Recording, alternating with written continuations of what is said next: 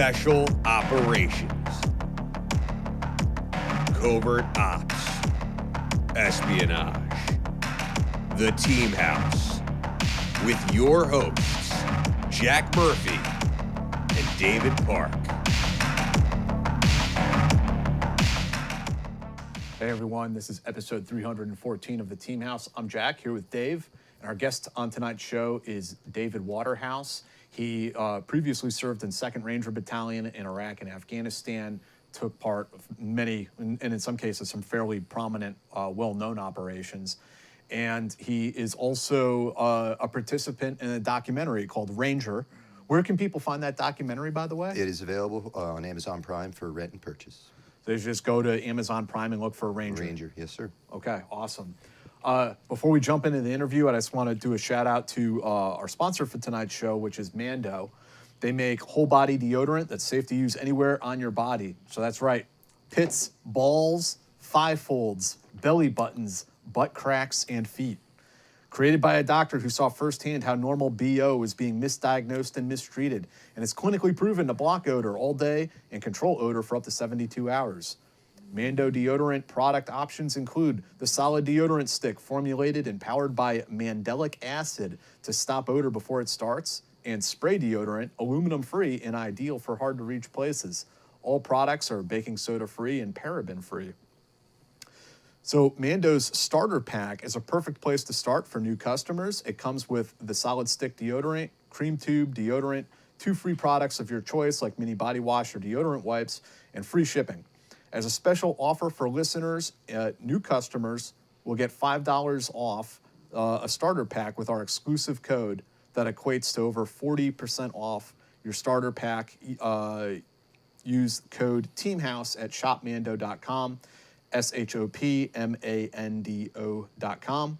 Please support our show and tell them we sent you so you can smell fresher, stay drier, and boost your confidence from head to toe with Mando. So, without further ado, welcome to the show, David. Thanks for coming in, man. Thank you guys very much for having me. It's a pleasure to be here. Yeah, so Dave and I just finished watching your documentary like a few hours before you guys came in. It's super cool, and it's one of those rare sorts of moments for people to get a little taste of what is kind of like it's a subculture, you know? It was something that like the American public wasn't really aware of or didn't really understand on a human level, and I think through the course of your documentary, you kind of tell like the Ranger story, like what's it like to be in a Ranger platoon in war? Sure, yeah, I mean, and that was our goal setting out, was to make it consumable and people to be able to digest it best that they can. I mean, it's real hard to explain in words sometimes, like Sure. what it's like and, you know, what the actual, you know, difficulties and struggles that we deal with, not only over there, but when we come home. And we tried to just make it that it could be digested by anyone that could pick it up and watch it and be like, you know, oh, here are these guys that do all this stuff, but what do you really know what we're doing, you know? And right. that was our goal, was to kind of target not only the community, but also, you know, families and just normal everyday civilians who are curious about it. And it's very, it tells both sides of the story too, right? It's not just, you know, here we are beating our chest, because there is that. I mean, in any special operations unit, like, you're good at what you do and your job is killing people. So there's going to be a certain amount of that, but it's also about the realities of it, and you know, the victories and the losses, and then the personal sacrifices that go on long after the war ends. Absolutely. Or long after you leave. Absolutely. You know, I'm very fortunate to have a wonderful wife and great kids that are as accepting as they can be of the way that I, you know, I've been kind of shaped by those experiences. But yeah, I mean, it's one of those things that, you know, that once you're in it, like, it kind of never stops. There's always going to be part of you that's still kind of living in that moment. Sure. And it's just trying to find that healthy divide between, you know, remembering and being proud of what you did, and also trying to move forward and, you know, not be a burden to your families, and, you know, have that be the overwhelming, you know, sense that. Yeah, and also I think one of the challenges is you know, where do you put that part? Because it doesn't go away. You also don't want to be, like Uncle Rico in Napoleon Dynamite, and if I only would have once, if we would have once stayed, like kind of living in the past. But you also, can't deny, this very formative period of your life and try to pretend that it never happened just so everybody else around you is comfortable. Sure. And I think that was one of the biggest things in this documentary, helped a lot, was, okay, it's all out there now. So Right. you can judge away, but I don't have anything to hide, so I'm comfortable in my own skin Right. finally. Up till that point, it'd been like, well, I don't want to say this, I don't want to say this, I don't want to make, like you said, Yep. anyone uncomfortable. Right. When really they're uncomfortable with what I'm telling them because they don't have Yeah, the yeah. ability to consume it. Not that it's uncomfortable for me to say. Right. Right. And unfortunately, that has the reverse effect because it makes you clam up, trying to make them comfortable, which makes 100%. you uncomfortable. So Yeah. that was one of the things that was really fortunate to come out of this, was like, okay, well, it's all out there. I got nothing to hide, so pick it apart, and I feel fine about it moving forward. So. Yeah. Yeah, we've talked about this on the show a few times in the sense of, especially when you come from first off, you have to learn how to deal with civilians again. How to talk in polite company. That, shooting people in the face isn't a topic of conversation that they accept. The humor is very different, and that, there's this idea, like when we talked about like speaking with therapists sometimes, and and you say, well, okay, I did this, and then they go, well, and how did you deal with it? And you're like, well, I didn't feel bad about doing what I Right. did. And then, so a lot of times it's not how you feel, and it's not necessarily how they feel, but it's that all of a sudden they're reflecting this thing that you're like, am I supposed to feel bad about this? Am I supposed to, is there something wrong with me that I'm not feeling the way they think I should feel about this? I think that's a perfect point, and I forget what movie it comes out of, but there's a line that says the distance grows bigger between us by all the things that weren't said. Right. And that it kind of gets lost in that vacuum where it's like, how do you start your climb out of that? I mean, because obviously everybody that's been over there that's seen certain things, you're going to come home, you're going to be a little different. I mean, Right. than someone that is doing what you would consider a normal everyday civilian activity. To come home and be like, well, let me tell you about this time we did, this crazy activity, or Right. this crazy mission, or this happened, and there's nothing tangible for them to relate it to. I Right. mean, maybe you've been on a roller coaster or something, but that's different than diving out of a plane, loaded down with kit and walking 20 clicks to get to where you need to be. Yeah. It's like, oh, we go hiking for fun. Like, why the hell would you ever do something like that? I mean, Right. when you're Right. forced to do it, Right. it's Yeah. like guys would come back and they'd be like, hey, you want to go hike Mount Rainier? I was like, dude, we just hiked the Himalayas. Yeah. What the hell are you talking about? Yeah, exactly. Go ahead, I'll be at the house. Yeah. No, I'm good. Yeah. So let's jump Yeah. into your story. For Tell sure. us a little bit about what your path was, growing up as a kid that took you towards military service. Sure. Yeah, I grew up playing competitive sports. I was baseball, soccer, and in golf in high school. And I was a pretty good baseball player. I had a scholarship opportunity for University of Vermont that I was too busy having fun in high school and blew that opportunity. So all my friends went away to good schools, and I was kind of in community college, banging around, not barely going to class, just partying and being an 18, 19-year-old kid. And then 9/11 happened. And I was floating through the world. I had no direction or anything like that. And then 9/11 happened, and I remember we were just down at the memorial today, walking through it for the first time. And I remember I was talking to my brother, and I'm like, I remember videotaping the news when those events were going down. Like, it was so those images just seared into your brain. And when that day happened, I remember it was a couple days into the war in Afghanistan. I saw this kid on a ridge line, and a rocket went right over the top of his head. And I was living in Myrtle Beach at the time with a couple of my buddies that didn't go to college either. And I remember sitting there, and I couldn't shake the image of this. And I'm like, well, why am I here, seemingly hiding behind privilege, and that kid's over there? And I felt like, again, I was hiding behind privilege, and I was like, no, I want to go do that, even if it kills me. To me, at that point, it was bigger than me. It was about doing something outside of my comfort zone, and I had hoped that having, all those sports growing up would help give me a little bit of an edge going through the physical process of it. But like you guys know, the physical part is a fraction. It's all upstairs. Now, so. had you ever thought about the military before? Did you have any family members that had been military?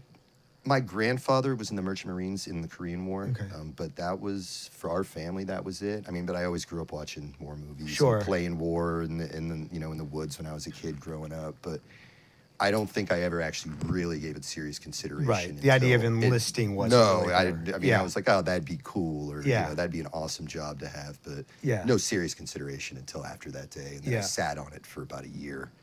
And So when that's- you were sitting there in Myrtle Beach and thinking about this,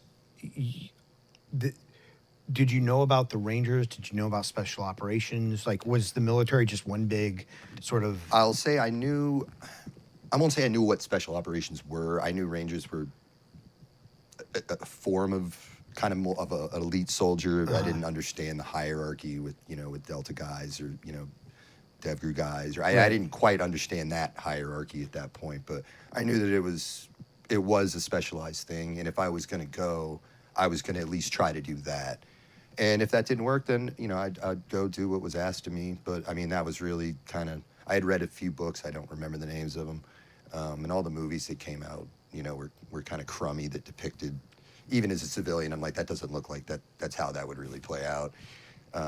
And so that was kind of what I wanted to do, kind of initially, right off the bat. I really didn't give much consideration to any of the other branches. It was my dad. I grew up in a shipyard. He has an environmental company out of Boston. And when I told him what I was going to do, he's like, "You're going to go be a SEAL?" And I was like, "Absolutely not." I was like, I've been working around boats since I was a kid. I hate boats, man. Yeah. Like, I'd rather be on the land. Yeah. And so that kind of, between those two options, and then that's why I ended Yeah. up going with the Ranger route. So when you walked into the Army recruiter, like you had Ranger on the Yes. brain. They actually tried to blow me off. Really? When I went into the MEPS department in South Boston, I walked in and he was like, "Well, what do you want to do?"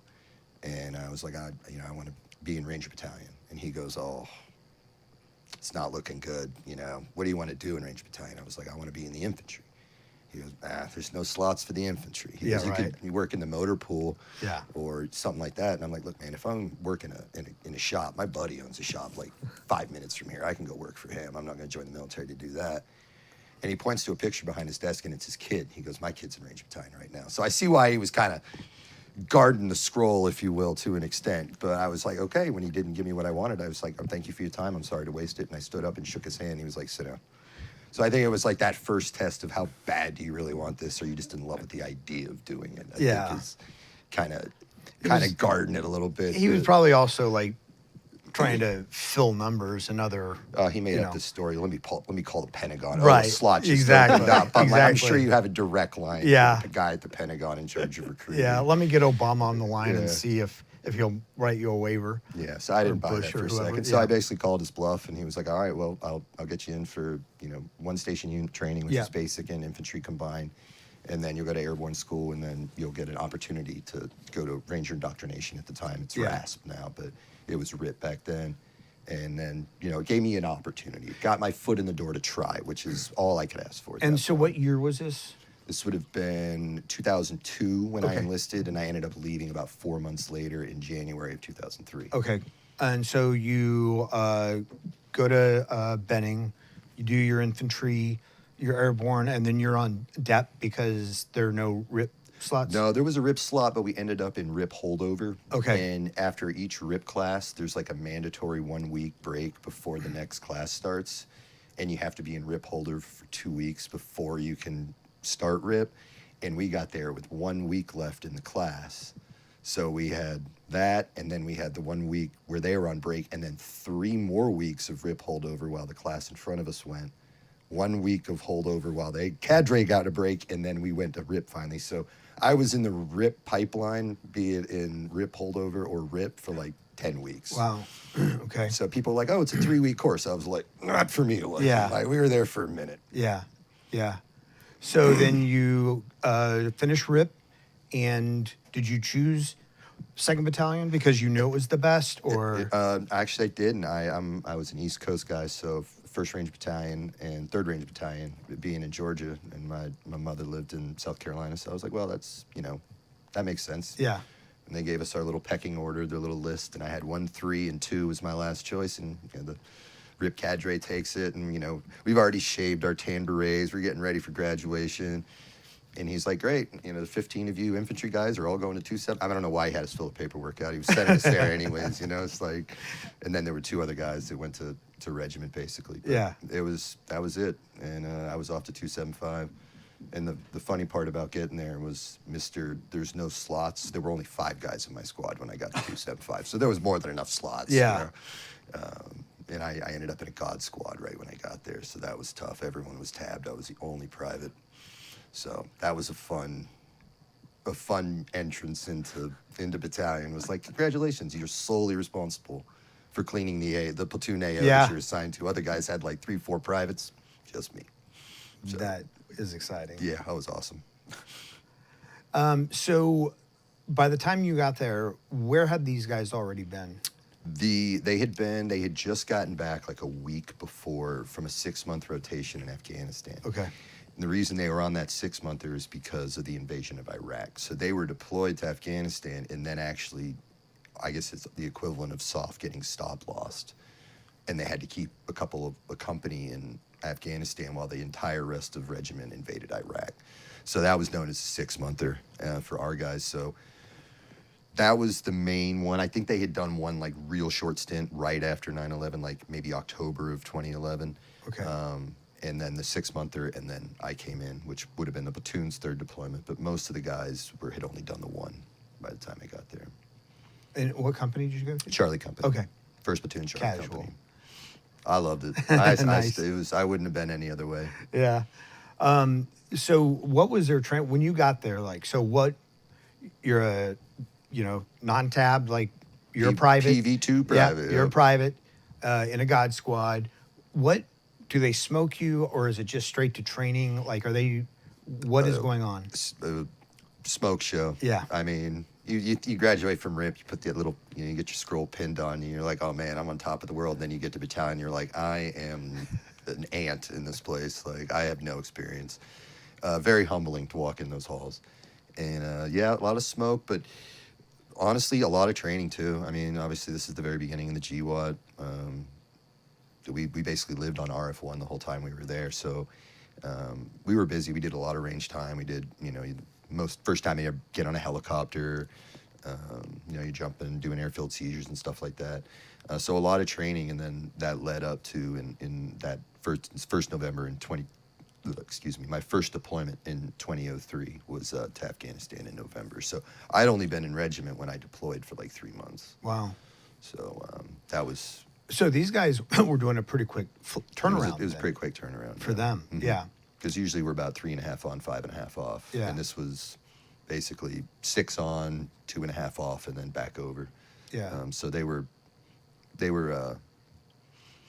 not the happiest people about it. They needed their break, but it's. But they're maintaining 2 fronts right now. They've got Iraq and Iraq Afghanistan. had just it was we invaded in March, I think, right? Yeah, so March. I mean, you're only looking at 7-8 months that Right. we've been there, and they actually deployed the entire regiment to Afghanistan on my first deployment. So it was all hands on deck. We were only there for about a month, but I don't think we could have made it a month and a week. I mean, we were in pretty bad spots with health. Honestly, we were real malnourished and walking up in the Hindu Kush and humping a ton of weight and bartering with the villagers to let them sleep in their barn and giving away anything we could. Was this winter strike? Yes, this was winter strike. Yeah, and that was it was a surge. Mm-hmm. They thought they had a hit on the big man. Yeah. And they mobilized all 3 battalions to go in there. So can you kind of walk us through Winter Strike? What that is? Absolutely. Yeah, it was that was obviously the name of the operation.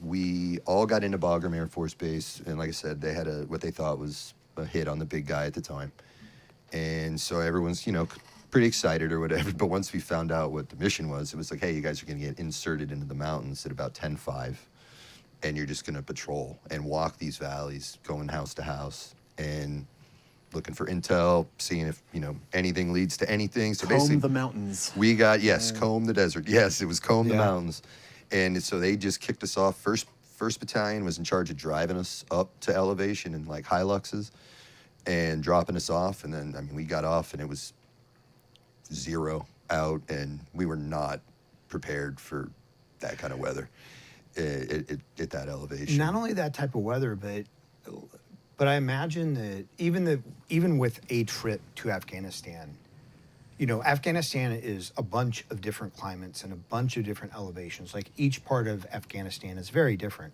And sitting in Bagram and doing DAs, you know, with 160th is a very different mission than humping the hills. For sure. And so I imagine that you guys, like, your kit shakeout and things like that, like, you're probably carrying too much weight. I weighed 168 pounds when I got there.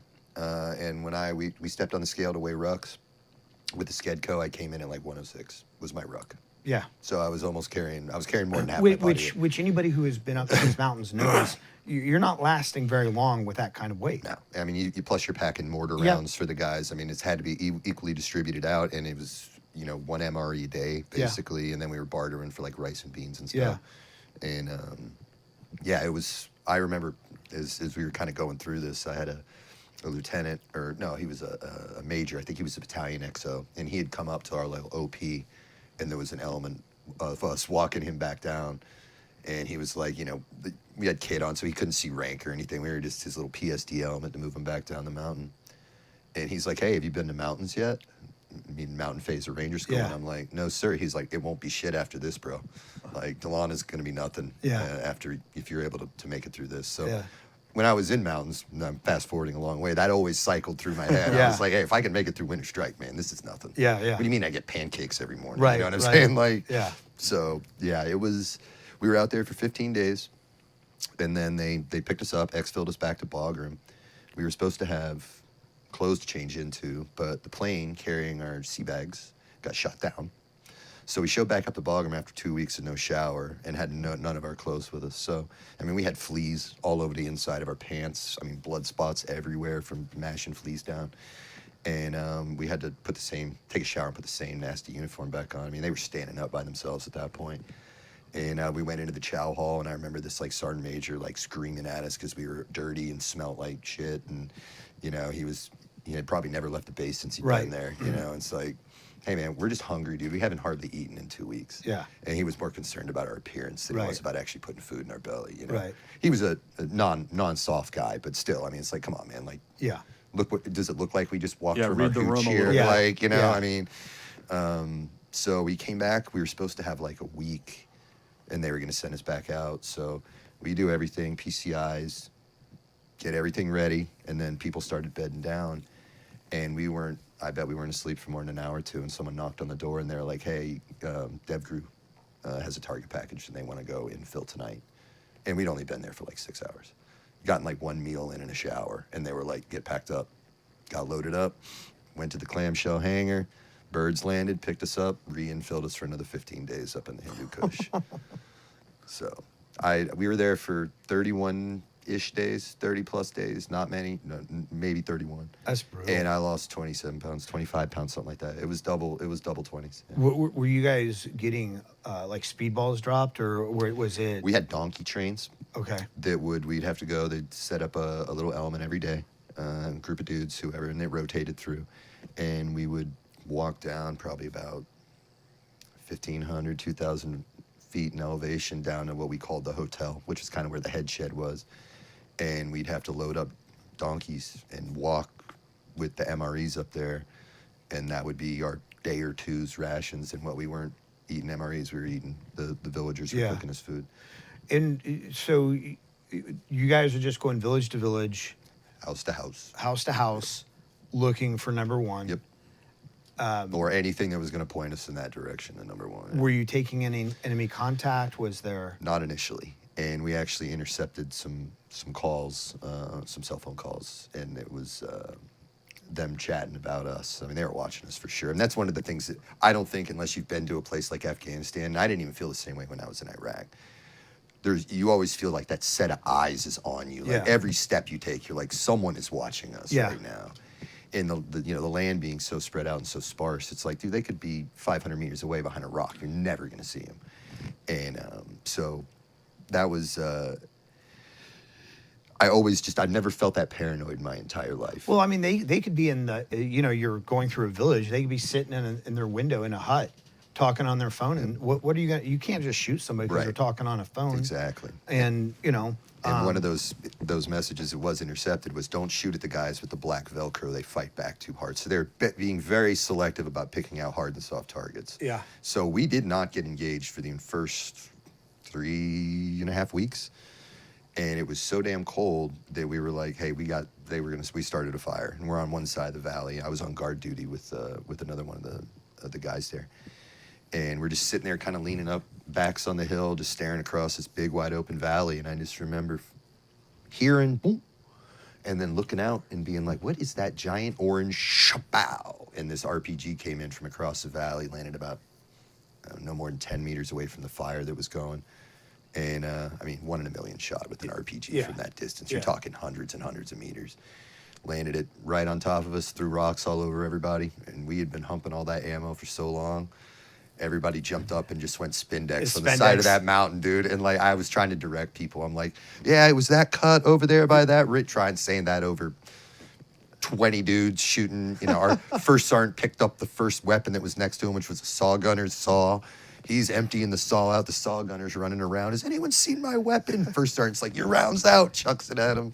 Like, it was just a spendex. Yeah. And then, we even heard dudes that were from a recce element down in the valley firing 203s from like 3,000 meters out. It was like, boom, boom. And it's like, they're way down here. Everybody. Dudes are partly just trying to shed weight. Shed weight. That was all it was at that point. Yeah. Shed weight. And that was the only contact we took for that month. That's funny. But yeah, that was my first. Mortars are like getting it on. Oh yeah, everybody, the whole valley erupted. And I actually work with a guy now who was in Bico. And he's like, oh, we heard you guys. We were way down the mountain, but we heard what sounded like a hellacious gunfight. And I was like, yeah, it was one RPG, dude. It's one RPG and just a bunch of wasted ammo, basically. If I remember the chronology correctly from the documentary, so this happened, and did you go back to Afghanistan again for Red Wings? Yes, but that was actually my 4th deployment. Okay.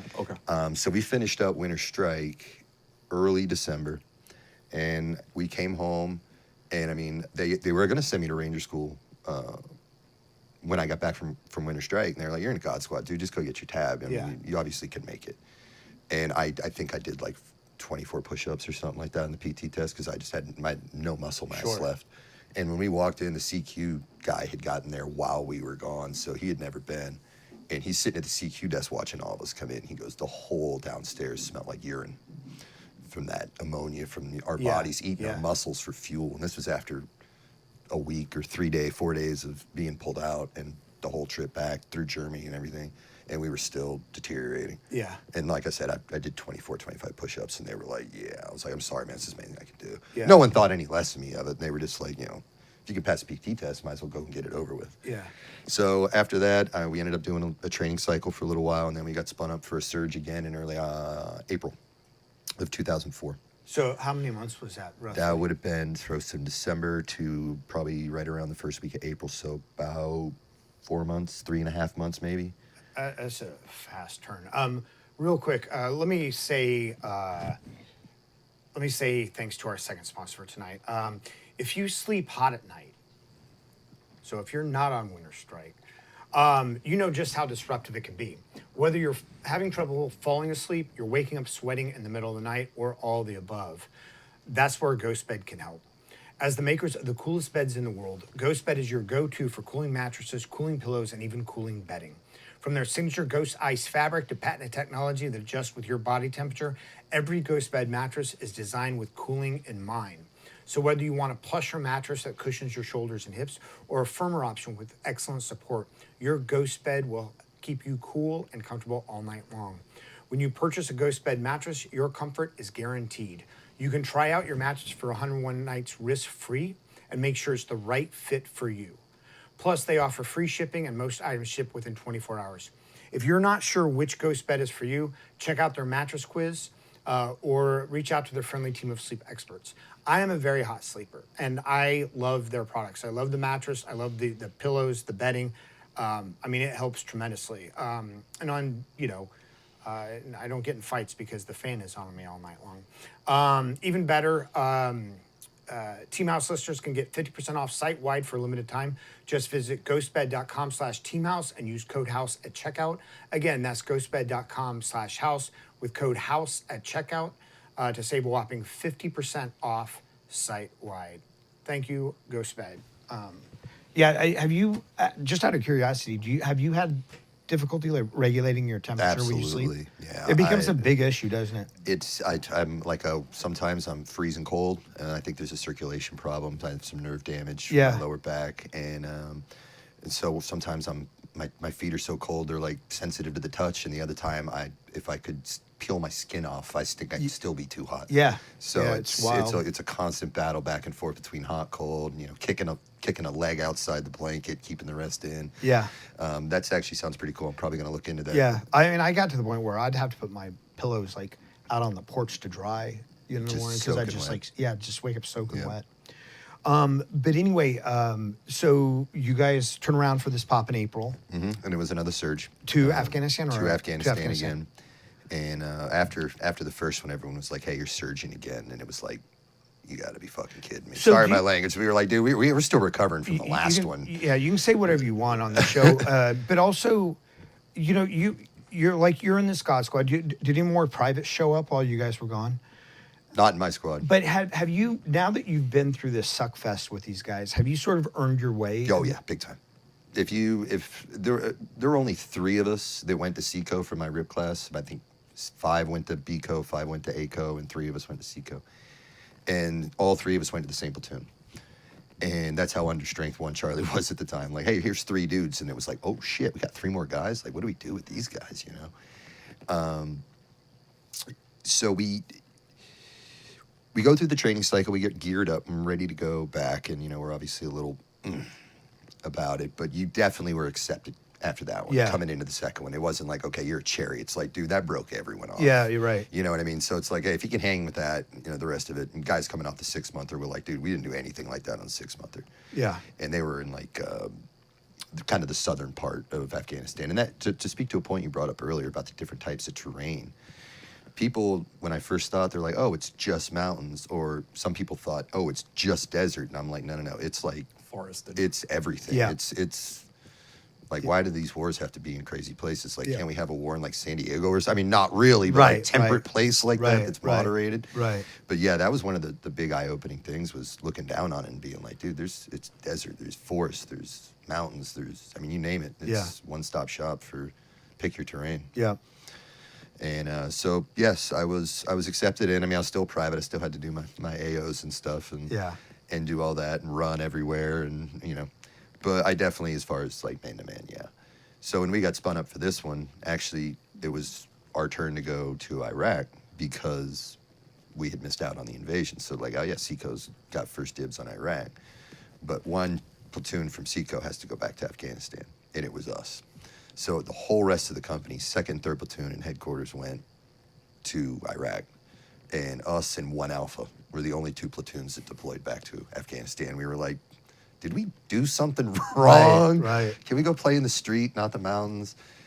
And the first 2 weeks of that deployment was the same thing as Winter Strike. Oh, we were mounted for a little while, driving through some of the canyons.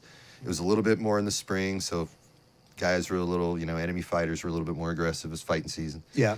But we kind of spent the first week and a half mounted, and then ACO came and they took our Humvees. I'm not sure how that, I think they just outranked us. I think they had their first sergeant with them, and we had a platoon sergeant, and that was our highest guy. And so they were like, hey, we're taking your Humvees. You guys are dismounted now. So we ended up walking up and like setting up this OP on the Paki border for a while. And we'd just go sit up there and just rotate guys out and watch the Hatfields and McCoys fight themselves in Pakistan. They would wake up every day, pray, and just lob mortars and rockets at each other all day and Yeah. pray and then break for nighttime and wake up and do it all over again. So we just sat on the border just watching these 2 towns, villages. Who knows how long this has been going on. Just destroy the shit out of each other. Hundreds of years. Like those blood feuds would last it's forever. terrible.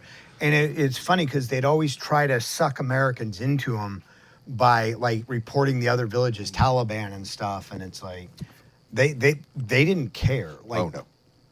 Human life means, they don't take it as the same way that we do. No, there's a price on there's a blood price that Either they're willing to pay or they're not. Absolutely. And if they're not, then they fight, and that's just how it goes. That's it. That's just the deal. So we did that, and I don't remember how, but we ended up getting the Humvees back, and then we drove from like wherever we were, like through Khyber Pass, through Gardez, and ended up in at a forward operating base that the Italians had set up earlier in the war, and it was named FOB Salerno. And so we ended up pulling into there, and it was all day, all night gaff from where we were. And so we get there, everything's just dusty as hell. So we clean all the weapons up, dust all our shit off, make sure everybody's plussed up, and finally like, okay, we can bed down. They had GP medium tents and some cots in there, which, hey, you know what? I'll take it. Sure. And so we all get in there. It's, dark kind of early, so we start bedding down. And we couldn't have been asleep for long, and all of a sudden we're like, hey, get up. 1 Alpha's in contact. And 1 Alpha had come behind us after we had left. They were probably like 4 or 5 hours behind us, maybe not even that much. And we had come through the same route. And when we came through it, the canyon walls were so steep. I mean, you couldn't super elevate a big gun to hit anything. And so Right. you could have just dropped a hand grenade and leaned back, and we couldn't engage Right. you. And I was driving, and I looked at my TC, who was my squad leader, and I was like, this is a bad spot, dude. And it was broad daylight, and we were rolling through it, and the mirrors were almost scraping the canyon walls. It was so tight. We all made it through, got to Salerno, and then 1 Alpha's in contact, coming right through the same spot that we had identified earlier as a bad place to be. And that was unfortunately when Tillman was killed. And so they got us up, they got us staged at the front gate of the FOB for, QRF. And we sat there, Humvees running, ready to roll for about 10 minutes. And then we got the call to stand down and be prepared to receive casualties. And so we didn't have a number of how many Eagles were down or whatever. We just knew there'd been an engagement of some sort. And so we download all of our stuff, and 1 Alpha comes in, and they're getting guys off the litters, and docs are taking them, they're doing what they can, blah blah blah. And I say this in the documentary, but I mean I still can hear the words, don't tell him he doesn't know yet. And I had not known Pat. I knew we had an NFL player that was in the battalion, but in all honesty, and I think down to the man, you can ask anybody that was there, like, he never gave a shit about that. He was a Ranger out there doing the same as us. He didn't want special treatment. He was just, hey, I'm here with you guys. So that was what I've heard. I never, like I said, I did not know him. But he ended up obviously being killed by friendly fire, but at the time we didn't know that. And where the chow hall was on the big side of the base at Salerno. We were in the little tiny soft compound, but that's where chow was, that's where the MWR was and stuff. And as this story was breaking, we would be walking over to the MWR to play pool or make a call or whatever if the sat phones were, someone was on them. And Sports Center would be on. And on Sports Center, all they're rolling is Pat Tillman stuff on a loop. And some of the other, it made it so bad that they were looking at us like they knew that we were part of that element. So we couldn't even leave our compound because people were googly-eyed, like, oh, are those you guys were the ones with Tillman? It's like, dude, I'm just trying to get a chow, dude. Yeah. Like, I'm not trying to get engaged in a conversation with you about this. And so, like, that was real strange. But we were busy. We were out every night, and we took down a ton of targets in that area. And so we actually had a more exciting, as far as operational tempo is concerned, than the guys that went to Iraq did on that trip. Yeah.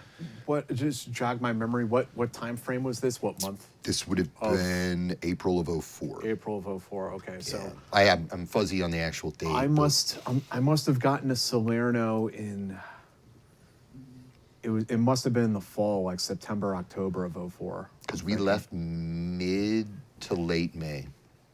Because it was a surge. We were only there for like 6 weeks, 7 weeks. I think. Okay, yeah. Because I was only there, did a normal 3-month deployment. Christmas goes by, and we left early 05. Yeah.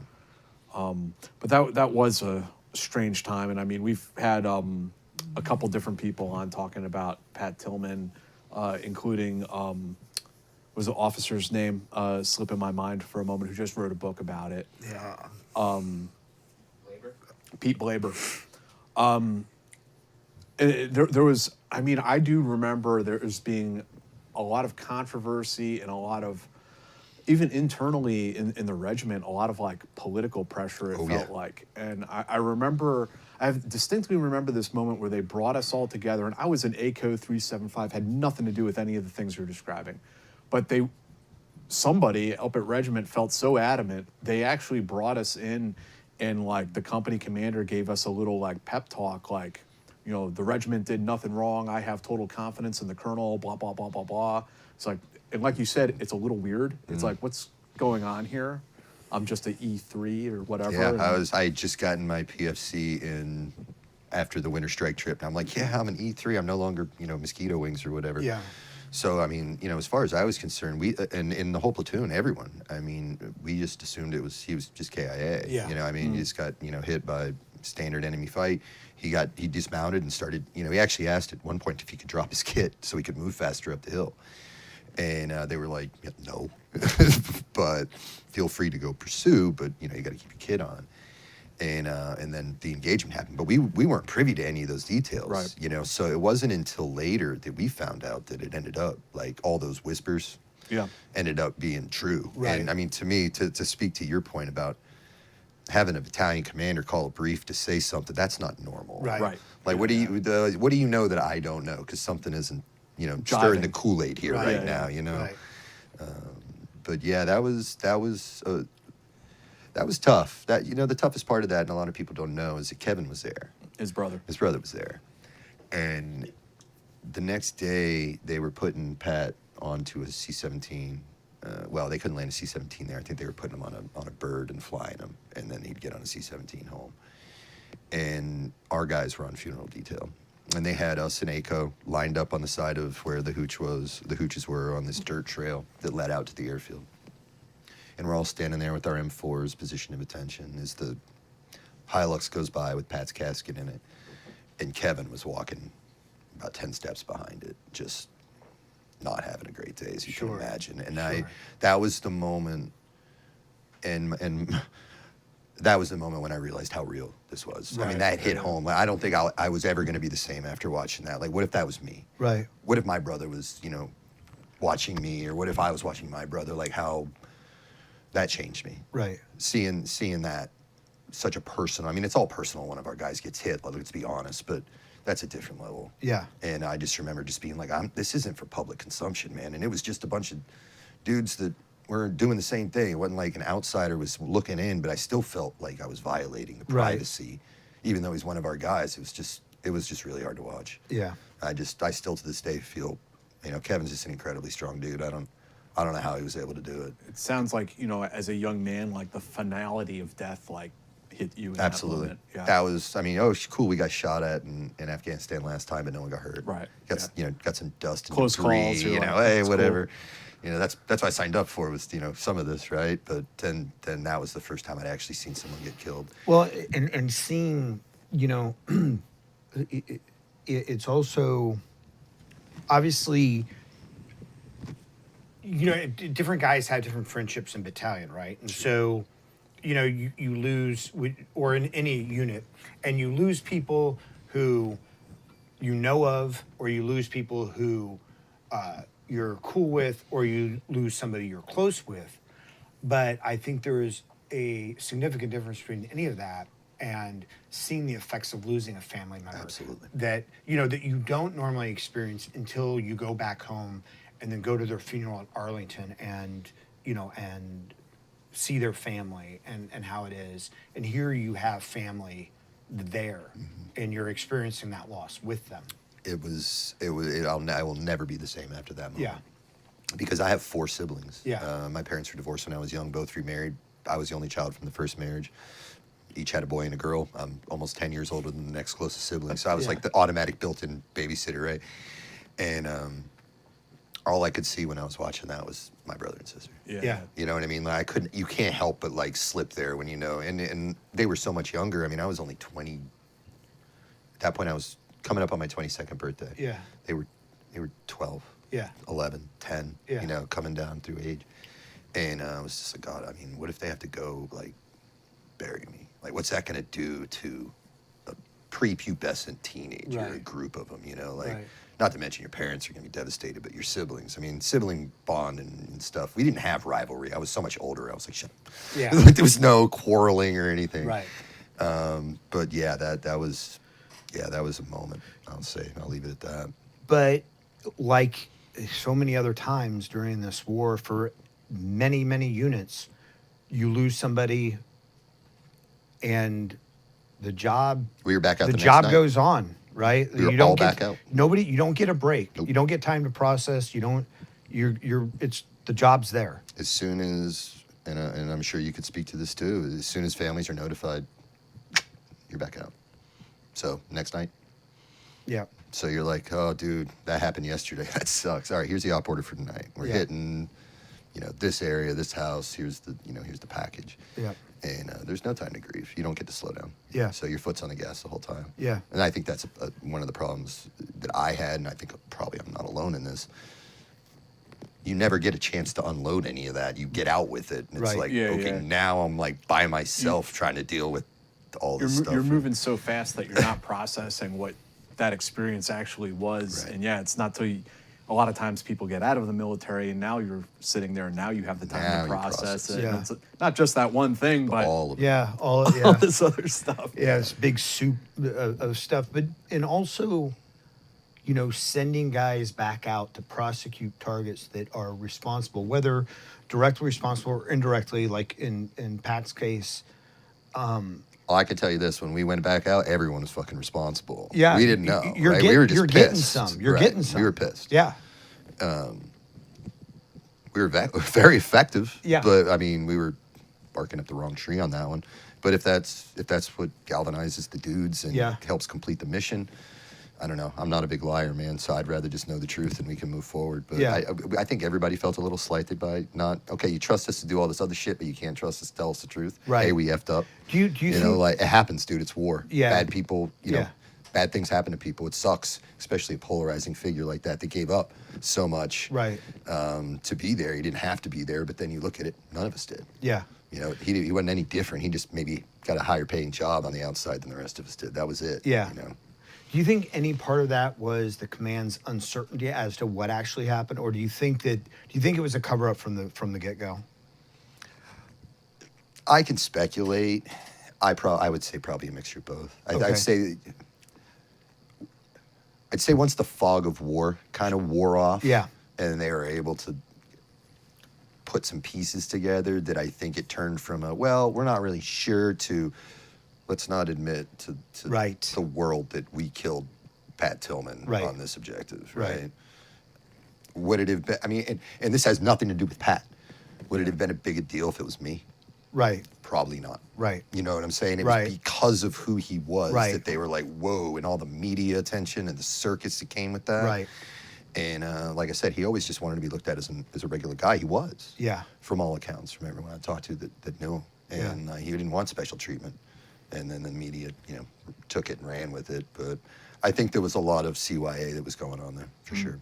I mean, looking back on it all these years later. So after you return home, you're getting into this whole deployment cycle now that happened in the War on Terror. What's it like going back home from that and then spinning up for the next one? So we got back about the third week of May. So that was about a month and a half rotation. From the Got back surge. from the surge. Got back third week of May. Had a quick leave, quick 5-day leave or 2-week leave or whatever. Came back, had Ranger Ball, and then left for Iraq on July 1 for our regularly scheduled deployment. Wow. So we were back in third week of May and right back out the door 5 weeks later for another 3.5 months to Iraq.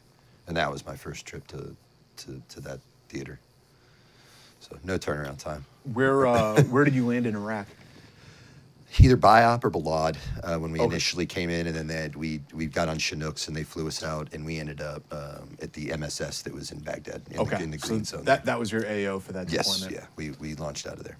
And that was one of my favorite parts of your documentary. And actually also, I don't know where you guys have it or found it, but all that footage of Rangers hitting targets, I was like, I've never seen any of this before. It was a lot of it was from the shared drive of things that, I mean, we all know what happened with a lot of that The stuff getting out. iDrive, Yeah. So a lot of it came from that, just a compilation of stuff. But, you know, I mean, I guess it doesn't really matter now. It's kind of the cat's out of the bag. But, like, they were like, no cameras, no pictures. We were Yeah. like, whatever, dude. What are you going to do to me? Send me to everybody Iraq? got a GoPro. So we all Yeah. went. No, there's no GoPros. No, in we those had. days. I mean, I remember going to the PX Digital in the green cameras. zone and getting this little silver green digital camera. Yeah.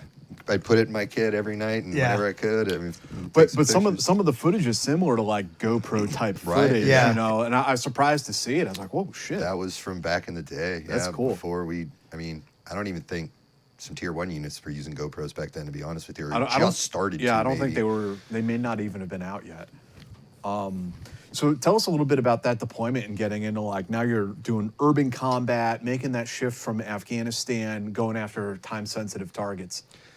The first thing I will tell you about our landing in Iraq in the middle of the summer was we got off the bird and it was about 128 degrees. And there wasn't a cloud in sight for like 3 months. And we got to the MSS and I'm talking to we're ripping with 175.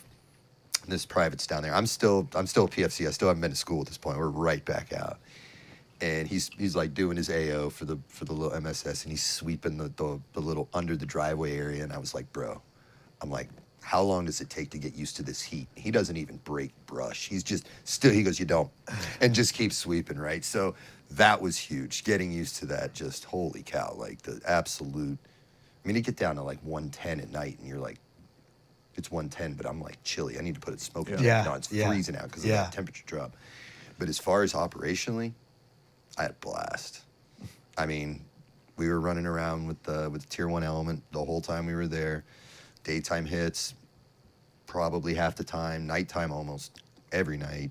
I mean, we were busy, but it was a fun kind of busy. It wasn't humping through the mountains of Afghanistan busy. It was get on Blackhawks, go hit this target, land in the front yard, quick SSC, roll some dudes up, get back on the Blackhawks. We're eating chow in 45 minutes from the time we leave. Yeah.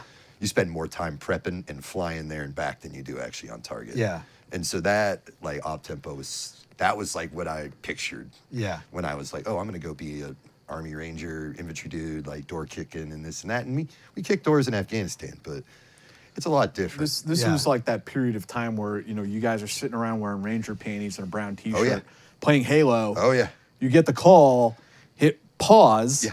Go into a combat mission, come back. hit the Console button hasn't again. even Here we shut go. off yet, right? It hadn't even been long enough for the console to shut off, and you're back down in your Yeah. PTs. And we had a pool in our backyard there too, and so water sports became. We play water polo. We built a diving board out of like plywood and crap, and we had a sand volleyball court in the backyard. And if we weren't on a hit, we were playing Halo, or playing volleyball, or going to the gym. That we had a little gym in our house too, so everything was very contained to this one kind of. I don't want to call it. It wouldn't even seem like a fob, but I mean, I guess technically it was. But It was the male utopia. yeah, it was the who's who of units in theater at that time. You know, it's funny because you mentioned that heat, and one of the things I'll always say is, man, I like watching Army mechanics like work on vehicles during the day in that heat. Yeah.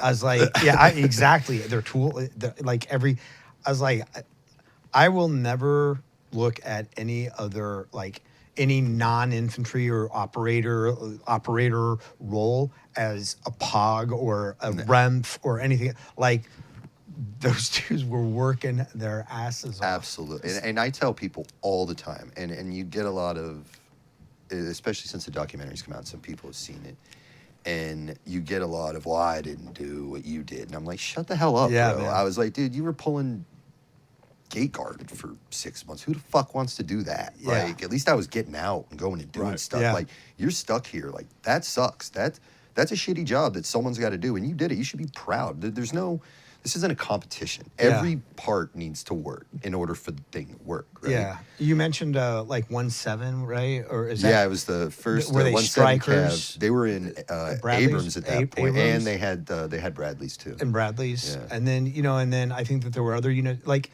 a lot of those units were they were going Winchester and Solder City. Like, they were just getting it on. Mm-hmm. Yeah, and holding the rest of the city back when we went on Yeah. hits, right? Because Yeah. I mean, we all learned from Mogadishu, like, you can't go in with 50 guys, Yeah. man. I mean, not Right. to a city like that. If they Right. decide they want to play, that city collapses on you, and We already know the results of what happens when that happens. Yeah. And you're looking at the best operators in the world. Yeah. So, like, without them, we aren't capable of doing our job without getting slaughtered. So, I mean, like I said, when I hear these guys come up and they're like, I didn't do as much as you did, I'm like, dude, stop selling yourself short like that. That's not what it is. I don't know anyone that feels that way. Yeah, I don't either. Like, I from mean, my personal experience. even in Afghanistan, you know, we've had guys, conventional guys on that, you know, were either in like Fallujah or they were in those little tiny ass cops out in the middle of nowhere with no support, getting hit every day. And it's like, that's a war that a lot of the soft didn't see. No, absolutely not. You know, and like I said, that's not something I would want to do for. I mean, those guys are there for a year, and then some of them are getting stop loss for another year. 16, 18 months. Yeah. At least I have a pretty good idea on target date of when I'm leaving. Yeah. You could be here until like 2 birthdays from now, for all you know. So you guys are out there prosecuting targets every night. Like, where do these targets come from? I mean, are there just that many bad guys? At that time, it was. Target-rich environment. Yes, Yeah. that's a perfect way to describe Yeah. it. It was a very target-rich environment. I mean, it was like fishing with hand grenades, no pun intended. I mean, honestly, it was like, hey, go to that house, you'll find someone. Oh, that guy told us to go to this house. Yeah. And one of the things that, you know, worked in our benefit being in the soft community was we got time with our detainees. I think we had like 24 to 48 hours before we had to hand them over to like the Abu G thing or whatever. We didn't do any of that nonsense, but we had like a little bit of time with them to kind of wear them down a little bit, and so we got a lot of intel from just detainee reporting and stuff. And your like tech that. guys are doing all the exploitation. All that stuff. Yep. So I mean, a lot of times you guys are probably resetting that night, like hitting. Oh, we had follow-ons. Yeah. Sometimes. I mean, it was just based off of what you gathered on one target. This is the intel we collected on this target. Okay, let's put this together. You get a quick frago over the radio, basically. Yeah. Or maybe at the back of a vehicle. Yeah. Command would jump in and it'd be like, hey, we're rolling here. And it's like, oh, shit, we're going to be out for a minute tonight. Yeah. Sometimes multiple follow-on objectives. And sometimes it'd just be that one. And that it was all dependent. Any significant operations from that one that stand out in your mind? Not the mainstream media or anything like that would know. Well, I'm not asking for what they would know. I'm asking what you know. There was one that was pretty outside the norm. We came in on Black Hawks. It was us and a Tier 1 element. And we came in on Hawks. And we were flying, and this is a pretty big target. It was one single house, but I mean, it was a monster house, kind of outset of Baghdad, not in the city, a little bit of a field, kind of rural feel to it. And then we could see the target. We're coming in, and we're probably like 30 seconds out, and all of a sudden the entire rooftop lights up. Just gunfire everywhere. We're like, oh shit, target's burnt. We're done. Well, it turns out it was a wedding. And so we had no idea, right? We just knew there were bad dudes there. So, like, we got the target package, and here we go. We're out. And then 30 seconds, not even, like, birds were flaring. It was probably less than 30. And all the celebratory fire turned to, why are there 6 Blackhawks over there? And they all just shift fire and started engaging the Hawks. And one of the birds got clipped by an RPG, clipped one of the rotor blades, and it had a hard landing in a field. It was basically like a crash landing, basically. No one was injured. I mean, I'm sure people sore the next day, but bird didn't go down. But so that immediately changes everything. Sure. When you get a downed aircraft, right? Now you got to kick out perimeter security. You got to make sure the dudes are good. They were good. They were that part of the Tier 1 element. They got out, assaulted the house. There were like 80 people there, and there were like six Hawks worth of us, so maybe 40 guys. Yeah. Rolling up against, and so many canaries, so many women and children on that objective, probably 20, 25 crows. Yeah. And I think there was one Delta guy that got messed up on that one. He rolled somebody over, and he died on a frag. And, Yeah. And he got medevaced out, and then they were like, okay, so they grabbed everybody that they needed, took off with the main element, and left. I was kicked out of security for the bird. And they're like, hey, don't worry, QRF's inbound. And we're like, okay, cool. So I'm not even like laying in the sand fleas everywhere. I'm like, I'll stand. I don't care if I'm silhouetted. Like, I have enough. There's enough distance between any sort of structure that I'm not going to get picked, right? So I'm standing up. Chinook comes in. And I'm like, okay, cool. Chinook full of freaking dudes. And like 6 dudes ran out the back of it carrying a rotor blade for the Black Hawk. That's it. It's like mechanics or something. Bird lands, they all run off the ramp with the rotor blade. Bird takes off. They get up like nuts and bolts and shit, like taking the other rotor apart, put the other one on. Is this a tail rotor that they're No, doing? it was the main rotor. The main rotor. Yeah. Oh, shit. And they put the new rotor blade back on. The Chinook lands again. 6 guys grab the broken rotor blade, run onto the back, and the Chinook takes off. And we're just sitting there in the field like, were we supposed to be on that? Like, no communication was getting, like, disseminated at that point. And I was in charge of always grabbing the turret before we left. And you'll remember, as you're headed, actually, I think you were the one that was MSS, or both of you. As you head down that road towards the end where the range is, that house on the right-hand side was where the Terps all used to bed down. And so I would always go down to their house and be like, hey, you got 10 minutes, get your shit on, we're about to roll. And so I got to know the Terp, obviously, by like going and getting him every day. His name was Nick. And I go down to get, Nick comes over to me as I'm standing there pulling security, and he's like, hey, Dave. I'm like, what's up, Nick? He's like, it's probably the most honest question I've ever been asked in that situation. He goes, he hated helicopters. He'd never been on a plane in his life. The first thing he's ever been on is a helo in country, right? Hated them. And he nudges me. He's like, hey, Dave. He's like, we're not getting on that broken piece of shit, are we? And I'm just like, no, Nick, they're not going to put us on that. They'll fly other birds in. They'll fly that one back on the skeleton crew. And I shit you not, this is what he said. He goes, I'm not getting on that broken piece of shit. I have a friend. He lived 15 miles outside Baghdad. I call, he come pick us up. I was like, yeah, that's never going to happen, bro. And he's like, and then so sure enough, the birds, the Blackhawks that we came in on got reallocated to another Tier 1 element. So they sent in little birds, about 6 little birds, to pick up the 12 of us that were still on the ground. He sees the little birds coming in, and all I remember hearing him say is, not the little ones.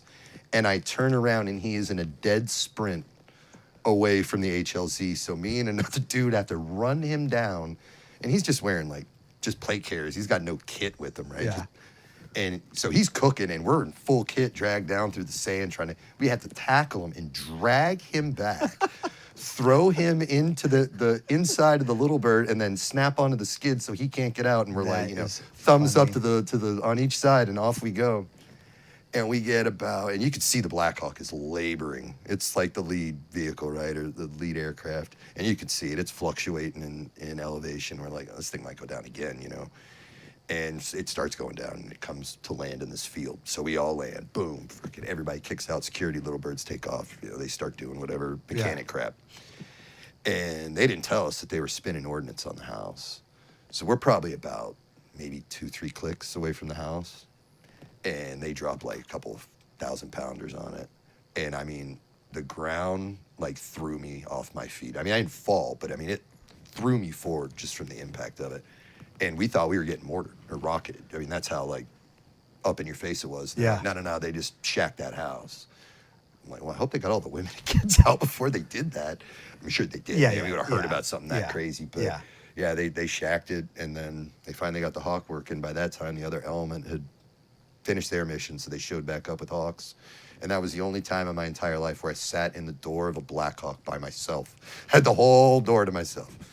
And we start coming in, and as we swing a hard left to circle into the HLZ, a friggin' RPG comes from across the river and goes right by the open door, just right over the top, and hit us. We landed safely. Everything was fine. But I remember walking away, and we're walking up from where the helipad was, or where the airstrip was, right there, back to our house.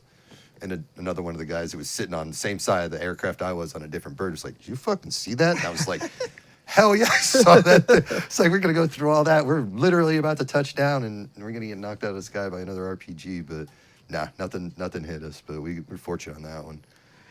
It was a challenging time too, because I think that a lot of I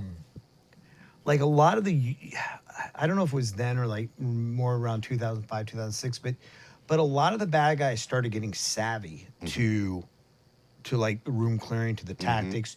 You started seeing more barricades inside, more guys in the floor, like a lot of like wild shit where Absolutely. they just started becoming a lot more savvy. People would always ask me, and it's because, we obviously come from a first world country, and they're like, oh, those savages, they don't know anything, they're ignorant. And I'm like, really? Well, if they're so ignorant, why do they find new ways to kill the most advanced military in the history of mankind? Yeah. They're not what you think they are. Yeah. They may be not what your standard is used to as to far how they live or the way they treat people, but don't for 1 second think these people aren't smart. Yeah. They may not go to Harvard, but Yeah. they can make an IED. I bet you can't. Yeah. You know what I'm saying? Like, Yeah. So people, that's a common misconception. Yeah. Yeah. that There's people a have there's a is- certain like a lack of logic, but with that, again, in like ingenuity. I remember in Afghanistan seeing they had built some sort of mill or generator, I guess it was, using a car engine and a river, like, you know, using it. I still have no idea what it was. Mm-hmm. You know, but there's an ingenuity. They find ways to take those kinds of things and do things that there's you an would never ingenuity in a there. million years Yeah. think of. Yeah. Yeah. I don't know where they got this. This was actually, to backtrack, on winter strike. We walked into this one village and they had a rotor blade, just a single rotor blade from one of our helicopters.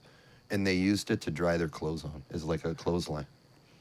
It was like, yeah, that like powers a God knows how much $1 million aircraft they're using to dry your clothes and shit. Yeah. They'll find ways to use anything. Yeah. You know, Yeah. if you need water, let's slap a belt on that, put a few pulleys on it, and bam, we got running water. Yeah. It's like, So after Baghdad, you're turning around now, heading over back to Afghanistan. we go back from Baghdad. We get back first week of October. I was home for a week, and then I went to pre-Ranger, and then to Ranger school. So After you that. did get to go. You did. After get to my go to third Ranger. deployment, I finally was strong enough, and Yeah. you know, went to school, went straight through winter class, graduated in January. Came back in January. I got like 10 days of leave or something, Mm-hmm. and drove across the country with my truck from Boston to Seattle, 3,000 miles of I-90 the whole way.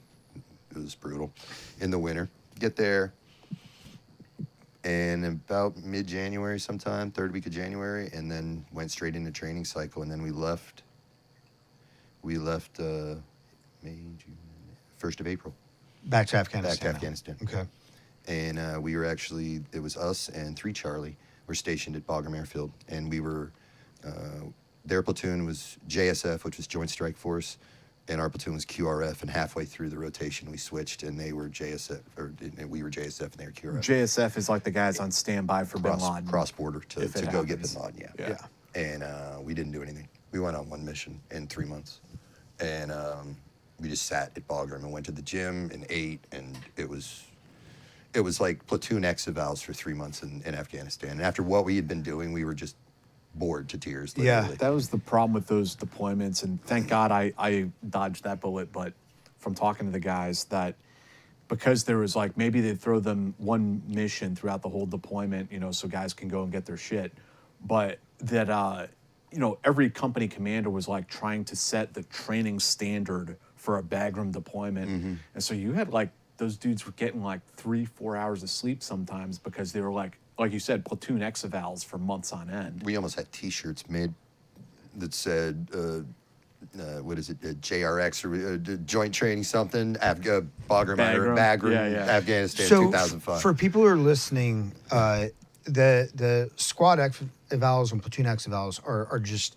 massive suck fests that happen, you know, at battalion or in regiment, and it's not something that you expect to see or experience when you're in a deployed Like environment. You train for combat. You don't train in combat. Yeah. Yeah. I mean, we were at East River Range, which is right outside of Eastgate in Bagram. We'd be there 4 times a week. I mean, it was either that, we were teaching, guys were getting taught medical stuff, guys were, you know, getting in bite suits and working with dogs and, you know, doing anything we could do to pass the time. I mean, Yeah. But if you guys are only getting like 4 hours of sleep, like Maybe not your platoon. No, actually, you were saying you guys. Some of Yeah. some of the guys I worked Yeah. with were. Yeah. I was well rested. Okay, I was in E5 at that point, so I was like. So it was good for you guys then. Yes and no. Okay. It's after coming off of everything we come off Sure, before, sure, me, I think it was probably the worst thing that could have happened. Sure. Because then you had time to actually start to process some of Right. this stuff. Right. I mean, still Xbox, you know, was live, and everybody was balling out on that, and, Yeah. and everyone was swole. Everyone was going to the gym twice a day. Yeah. Eating 3-4 times a day with mid-rats too. Yeah. And then all that changed on June 28th. So you had at Bagram, as part of the task force, you had you had, I assume, Rangers and whatever tier 1 units that were prosecuting, that were doing the DAs that were coming down. But then you had guys who were set aside specifically for QRF, Quick Reaction Force, for those of you who don't know, and then for the Joint Strike Force, which was number 1 if he popped. Yep. And those guys were not going on the Nope. DAs. We went on 1 mission in 3 months. 1.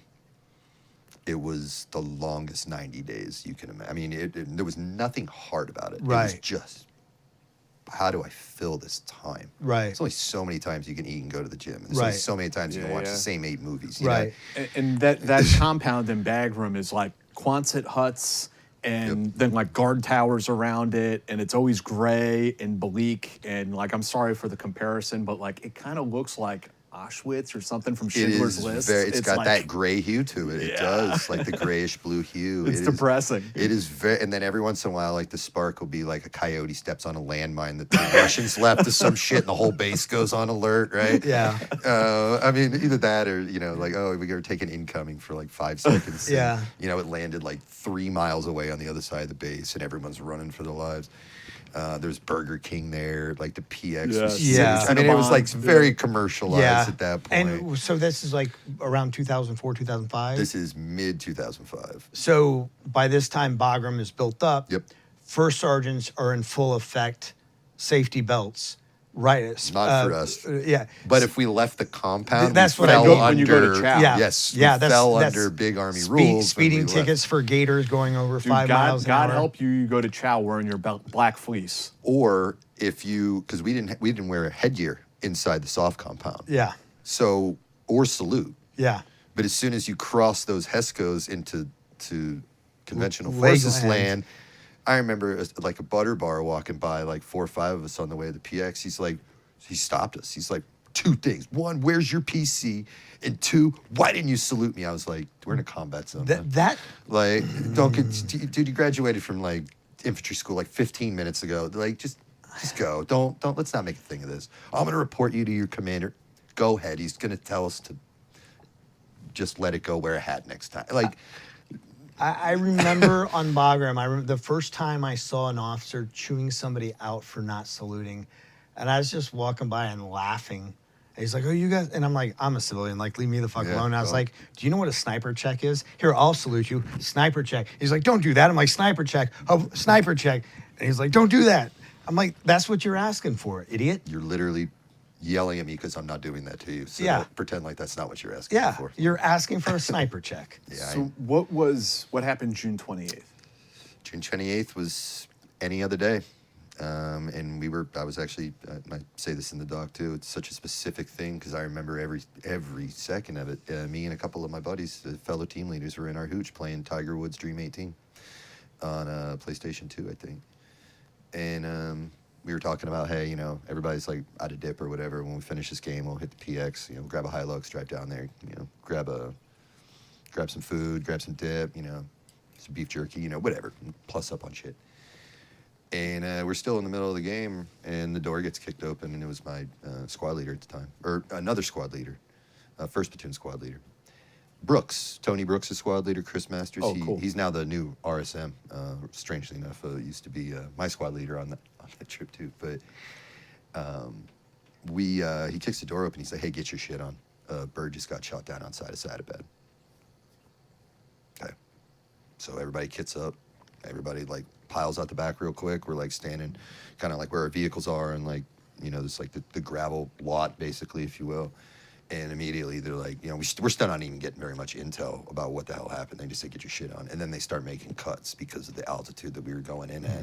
And so it became a weight issue. So we lost like a lot of it was basically NCOs, Tab Spec 4s, and like some machine gunners and stuff that actually You can went. usually fit a whole platoon on Oh, a yeah, Chinook. easy. Yeah. In this case, This like half of between that, maybe. 16 to 18 guys.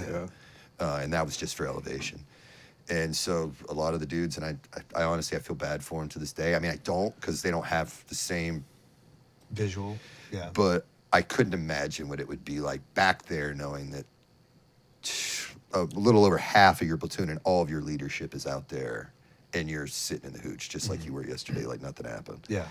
And that was one of the things I was very thankful for throughout all 6 of my deployments. Was I was scrubbed from one mission on my second deployment, the Tillman trip, and the mission got canked. I remember they were like, "House, you're out on this one," and I walked around that GP medium just pissed for like 45 minutes, and all of a sudden the flap opens up and everyone piles in. I'm like, that was quick. And they're like, mission got canked, and I was like, I've never been so happy for a mission because what if something went wrong and I wasn't there?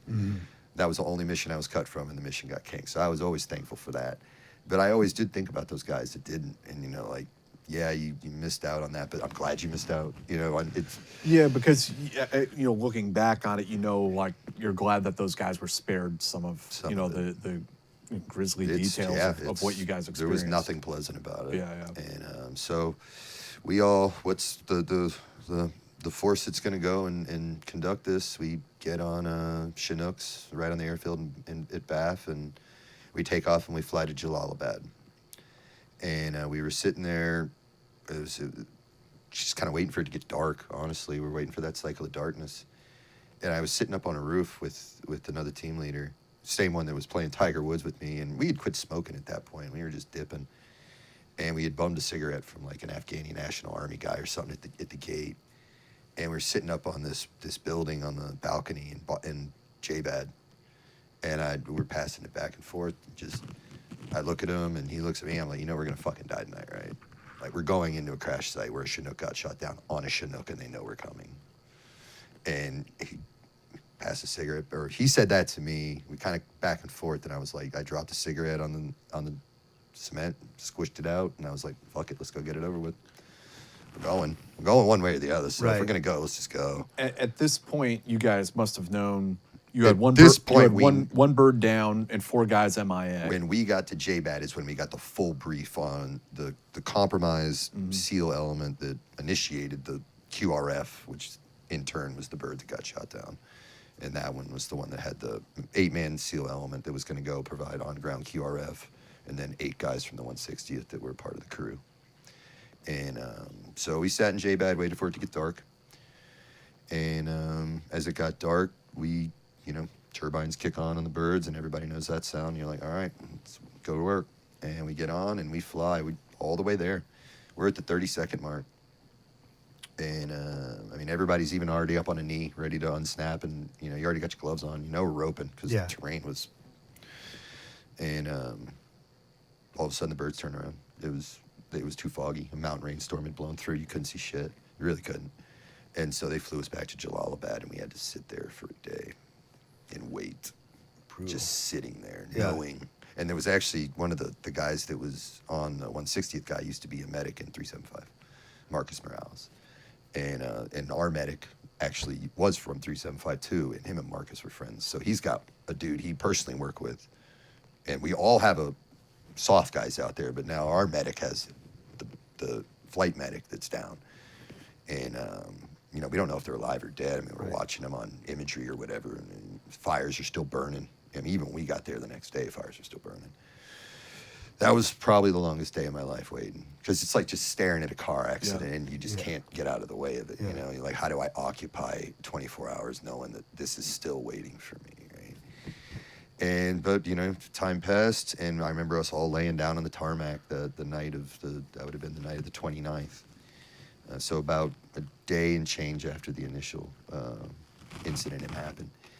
And we're laying on the tarmac, and I would be lying to you if I told you there was a part of me that hoped that it didn't get canked again. And the other part of me just wanted to get it over with. It was like 50-50. Like, dude, we're like flying in this certain doom here. And it was about midnight, 1 o'clock, and those turbines on that 47 kicked on. It was like, fuck, here we go. Same thing, load up, fly all the way back. So now they've heard us fly there, fly back. Very next night, fly there. And it was still so foggy. When we stood up to rope, the crew chiefs normally would kick the ropes off either side. They would identify the chems laying on the ground so they know that the rope's laying flat and it's not suspended in the air. Look at each other, thumbs up. Rope master in front of you, step up. Hey, they check the ropes, good to go, follow me, rope out. All happens in about 5 seconds, right? The crew chiefs on the back kick the ropes, grab the rope. They're looking over. Too much time's taken, right? I'm like, what? I'm the second guy on the left side of the aircraft, right facing the back.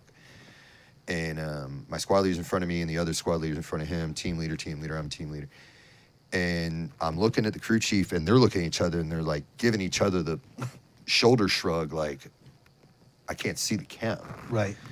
And then they're like, go, go. And they start waving us, go, go, go. And like, that's totally out of order of how the command is executed. To try to place this a little bit with some of the previous interviews we've done, were you on the same bird as Tony Brooks? Yes. Okay. And then there's another dude, Nick Moore. Nick Moore, good friend of mine. He was with third platoon. They were on the other bird that came in. So there were two Chinooks that came in. And for, I think probably most of our audience is following this, but when you're fast roping, what he's saying is like the rope masters, like they're watching to make sure that those ropes are on the ground, especially when you're in uneven terrain, right? But maybe it gets caught up in a tree, maybe the bird's not low enough, all these different things. But because of the density, because of the fog and everything, they can't see these ropes. So these guys don't know if they're roping off into oblivion, basically. You got to think how crazy that is, too, that the rotor blades of a MH-47 is not blowing away enough of the fog. Right. You're still not Couldn't able to see anything. That's crazy. All I could see was that little sliver on the lowest knot on the top of the rope, the little green or little blue chem taped on either side, just to know where to grab below it, so you don't hit that knot. Right? And the crew chiefs are like, go, go, go. And like our rope masters, squad leaders step up, they grab the rope and they look down. And then look at each other and then look down again. And I'm standing watching all this right in front of me. And they look at each other and they look back down and I can see a mouth. I can't fucking see it. And anyone that's spent enough time on a helicopter, you become somewhat of a lip reader at some point because you can't hear much, right? So even at night, I can see it. And then one of them goes, fuck it, and swings out on the rope. And I was like, I remember grabbing leap of faith right below there. that chem light and swinging out and being like, fuck it. We got on this rope because of fuck it. Most ropes, 40 feet, 45 feet. And you're tops. watching that rope disappear into the fog. Can't see it. Yeah. And so you swing out to clear your gear from the ramp. Yeah. And I was on, most of the time you're on, top to bottom. Get on the ground. I mean, obviously landing is the safest place. Anything you're doing from the sky is going to be inherently more dangerous, right? Optimally, we'd all like to land on the X, not rope into a rooftop or something. I was on that rope for so damn long, I had time to think about shit. Like, question my life choices. Like, I was on that rope for a long time. The rope was a 90-footer, and I hit the bottom of the rope when I landed. That's so, and the other thing that people should be aware of is the longer you're on that, you're wearing like really thick gloves. We were like wearing the leathers. You're wearing the really helper gloves. Yeah, you're wearing thick gloves specifically for that rope. But the longer you're on that rope, the more friction you're building up. The hotter it gets while you're going down Absolutely. And one of the things that inherently your reaction is to squeeze with your hands harder because you're descending too fast. When in actuality, it needs to be your feet. Yeah. Because you got the cushions of your boots that are going to absorb some of that friction. In that moment, with all that weight, you're just holding on for dear life. Yeah. And so, I mean, I came down. I had blisters on my fingers that were that big. That I just had to stick a knife in and squeeze the pus out of and move the fuck on. I mean, I don't know about the other bird that Nick was on. I don't think anyone from our bird had like mechanics gloves or like light skin gloves on, which you can usually get away with on like a 30-footer, 25-footer, no problem. But you get in anywhere over that 45, 50-foot range. I mean, we were in those thick cowhide leather ones. You're having to double glove it at that point. Oh, I wish I could. I mean, I almost felt, because I had double gloves on, I felt like I didn't have enough dexterity with leathers that I might fall off the rope if I had both. So I was like, well, I'm just going to go with the leathers. And even with those, I still... Yeah, it's terrifying because the rope is so thick. And especially if your hands are cold where you can't really feel anything, then you're like... Then am I squeezing too tight? Am I about to come out of this glove? So like, I didn't... Some other guys got some worse blisters than I did for sure. I was kind of lucky, but I was only carrying an M4. Right. And basic load of ammo. I mean, I didn't weigh 10 pounds. We didn't have like rucksacks or anything that we were going with. It was just what we had. Yeah. When we left, they told us we were only going to be gone for 6 hours. We were there for 13 days. Yeah. So we had like a bottle of water per. No one had any dip or. I know that sounds irrelevant to some of the viewers. Dip's a huge thing in the military. Like you run out of Ranger dip, everybody's got cans of dip, and we had none. I think one dude had like half a can, and he was like, "Hey, I got a little dip," and everyone's like digging their mitts in. He's like, "No, this is for me." It's like, so everybody's detoxing from nicotine while we're out there at the same time, right? Yeah. And so I'm like, I remember thinking in my head, and I'm like, one of two things is about to happen. I'm either gonna hit the bottom of this rope, or I'm about to fucking fall, and this is it. Yeah. And so I spread my legs, and within a second or two, I'm like, boom, and I hit the ground, and I'm like, no fucking way. And I take one step, and my Mark 46 gunner comes down the rope behind me. He's a little boy from Georgia named Spence. That's how he talked. He comes down like a missile with that 46, hits the ground, and just chop blocks the back of my legs, and I start going ass over tea kettle down the hill. Now, I mean, I don't have, my nods are up, right? Like, I can't see anything, and I'm to-doom down this hill. I don't know, am I about to go off the side of the cliff now? Yeah. I tumbled for I don't know how far, and I eventually stopped or whatever, but like I said, the grade was just really steep. And then the rest of the guys got off, and I remember they cut the rope. And so you got for the audience, these, like Dave was saying, these ropes aren't like ropes you buy at Lowe's. They're a good 2 handful, from 90 feet up, that rope and hit the head of a couple of our dudes on the ground when they cut the ropes loose from the bird. And I remember one guy yelling, yells at the top of his lungs like, fuck. And one guy goes, shh. And the reaction to that was, I think they fucking know we're here, Mike. Like, I don't think shush is the appropriate response. Like, hey, are you good? That rope just hit your head from 9 stories up. Yeah. No, shh. And it's like we just had these massive birds overhead. Two Chinooks that were here last night, too. Just came back again. And us being here is no surprise. No surprise, right? I would be surprised if they're surprised, obviously. And but what had happened, and we didn't know, I thought I had rope burns. And they had dropped us, unknowingly, of course, into sting and nettle, which I didn't even know was a thing. I'd never even heard of it until this night. And I'm zooming my nods in, my sleeves are rolled up, and I'm like thinking I got rope burn because we were just on it for so long. Adrenaline, I didn't feel it until it started to calm down. I'm talking like, dude, I am burning. And he's like, I'm burning too. And of course, the sweat opens your pores up, and it's just, apparently, it did go away untreated, but for a good hour, everyone was on fire. And we linked up with 3rd Platoon. They were on the same kind of ridge we were, and we started our movement. And we walked all damn night. And it was, as we first started walking, my buddy Z was on point. And I was right behind him, a squad leader behind me, and so on. And we're walking up this ridge, and he stopped, and this is under nods. He stopped, and I bumped into the back of him. And I was like, whoa, dude, I couldn't even see you. And he goes, dude, I cannot see. I could walk off the side of a cliff right now. I can't see anything. Just no illumination whatsoever. None whatsoever. And he's like, will you walk next to me? I'm like, dude, yeah. So we walk point together, which is not really a common thing, right? Yeah. And we walked side by side together, and we walked. Did you guys turn on your light, your floods, your IRs? You could still. It was almost worse. Really? It was Because because of the fog, all the water reflection bouncing off. We tried the reflection of the fog. I forgot about that. The flood actually did make it worse. Yeah, for sure. So it was just straight no loom nods with the fog.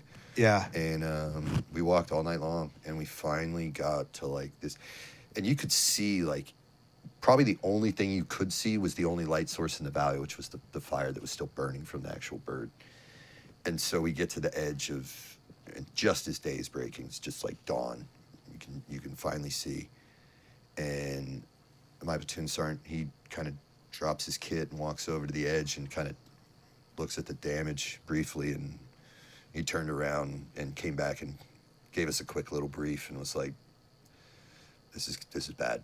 Like this day's gonna change your life, like without question. Even after everything we've done, this is different." And so we kicked out perimeter security, and we had roving patrols, and then about 12 of us, there were about 10, 12 guys that were from our platoon, and then there were some PJs down there that were with us, and everyone else pulled perimeter, and we just started excavating the bodies. Yeah. And that took all day. I mean, they were literally scattered. The SEALs that were on that bird had unsnapped. The bird had flared and they had leveled, and ropes were kicked, and they were unsnapped. So when the RPG came in and hit the inside, and the bird, the centrifugal force of it spinning around basically launched those guys out the open ramp in the back. Yeah. So they were kind of scattered all over the side of this mountain, all over. But all the 160th guys were still strapped in, and when the bird inverted and slammed, that was it. Yeah. They were riding it in, and that was one of the. Not that this whole event isn't tragic as shit, but Marcus Morales, the Ranger medic, was supposed to be going home like the next day. He wasn't even supposed. He was like off mission at this point. Pack your bags, you're going home. Just had a kid. The flight medic that had taken over for him or was ripping with him and got sick. And Marcus, being Marcus, was like, "Hey, don't worry about it, man. I got you. I'll go." Never made it home. Jesus. It's rough. So I actually found Marcus when we were policing up the bodies, and the only reason I know is because there were only about 3 dudes out of all 16 of those guys that were wearing dog tags around their neck. Dog tags don't burn. Yeah. Which I found out. So when I found him, he still has dog tags around his neck, and I knew at that point, who he was, and I kind of walked up on what was left of him, and I'm like, oh fuck, man. It's I think I told Tony the same thing. I mean, I understand that what you're describing, like, it really doesn't get any worse than that, and that was probably the worst day of everyone's life who was out there that day. I would say it was. I won't speak for any, but that was definitely the most graphic worst day of my life. But I hope that everyone who is out there also knows that, like, you guys were really doing the honorable thing to go out there and recover those guys. I would want someone to come get me. Yeah. Yeah. And that's all I kept thinking in my head. If that was me, I don't want to be left on the side of a mountain in Afghanistan. Like, come get me. Right? Yeah. At the same time, is that selfish of me? Because other people's lives are put at risk to come get me. And I'll tell you, that fog was so bad. The next day, that next morning, and through the day while we were policing up the bodies, our roving patrols and security elements were getting engaged because we had walked through all these ambushes that they had set up for us from where we infilled to where we had dropped our kit to go down police crash. But it was so damn foggy they couldn't see us. We walked right by them. We couldn't see them under nods. So they didn't stand a chance of seeing us. And we walked right through all these ambushes they had set up. So we got attacked basically from the rear. Like 3rd Platoon, Nick's platoon, and those guys were providing those I don't want to call them presence patrols, but those patrols and security patrols. Security. Yeah. And so like they were getting some engagements and stuff from behind. We'd walk right through. Had no idea. Was ISR able at all to penetrate that? We had 16s flying. We had a JTAC on the ground with us that was coordinating air and stuff like that. There were definitely some bad dudes out there. Make no mistake about it. I mean, I never personally engaged one or saw one, to be honest. Our unfortunate job of that was mostly just cleaning up what was left. Yeah. For me, I can't speak to what went on the other side. And so you guys were set down in an offset. You patrolled to the crash site. You recovered bodies. How were you managing pickup? We had deployed so when the PJs came with us and got attached to us, they put all of their help me guys with the saw, like the jaws of life, all that shit. We didn't know the Sawzall. Yeah, and everything that So they had the Sawzall, like the circular, like mounted to the Alice pack frame or whatever, and then a lot of the stuff they were dragging in Skedco on that terrain, which was brutal. I mean, I don't think I can't tell you another better way to do it. I don't think carrying a rigid litter would have made a difference, but they were dragging a Skedco with a bunch of their emergency crash X type stuff. Jaws of life in there. So I don't know how we were not loud enough moving through that to get engaged at some point. Right. I mean, we weren't quiet. There was no way to be quiet. Right. Dudes were falling all the time. Our RTO, which is a radio guy, he actually, on the infill, he slipped off the rope towards the bottom and landed and went to go roll out of the way, and the guy behind him came down and landed directly on his forearm and snapped his forearm in half. You ain't getting medevac, dude. So he had to tough it out. I mean... And I remember once he fell while we were walking from the infill to the crash site. And Z and I were quite a bit up ahead, and we just hear this blood curdling scream, and Bert fell. It's I mean, it's so fortunate that you guys roping in an environment that hostile and that like non-permissive, just the environment, not the bad guys. If you would have had 1 or 2 broken legs, it would have been, and you can't cancel the mission. You can't. There was no way to get us out. Right. It was literally right. like. Right. You at least got to get to the crash site. We had to blow an HLZ at the top of the hill and to get the bodies out. That's what I was going to ask. Is it so? How did you guys create an HLZ or at least a pickup zone? Dead cord around a bunch of little tiny trees, and after we got the last of the bodies up, we waited for night, and we had cleared enough space at that point, blown up enough trees. First sergeant had a blast while we're doing that. He's wrapping dead cord around everything. Burning, bow! And we're like, okay, now definitely know we're here. Like, yeah. Cleared up enough of an HLZ. Bird landed, loaded the bags on, and they took off with we ended up. Excuse me. They took off with 15 body bags and an MRE box. We couldn't. There wasn't enough of the 16th guy to put in a body bag, and we found the first. And we didn't have names for him. Honestly, Morales was the only one that we knew because of the Ranger connection. So we just had numbers. It was very impersonal. It had to be. Absolutely. And so we were like, okay, we got 13. Okay, we got 14. And then we couldn't find 2. And we had hands across America this like so many times. And me and my platoon sergeant were coming uphill. And we were right by where the fuselage was. And as we're coming up the hill, we kind of got a clearing. And both of us at the same time were like, I got a boot. And we could see a boot sticking out. And we're like, hey. And then we kind of duck down and look. And we're like, we got 15. And it was one of the pilots. And the cockpit was like resting up against this tree. Everything's charred and wires everywhere and just twisted metal. I mean, you can probably envision. And I looked at my platoon sergeant. He's like 6'4", 6'5". I mean, he's a pretty tall dude. I'm 6 even. I'm not a short guy, but standing next to him, I look short. I'm like, I'll go. I'm smaller. So I climb under the fuselage. Everything at this point is stopped smoldering for the most part.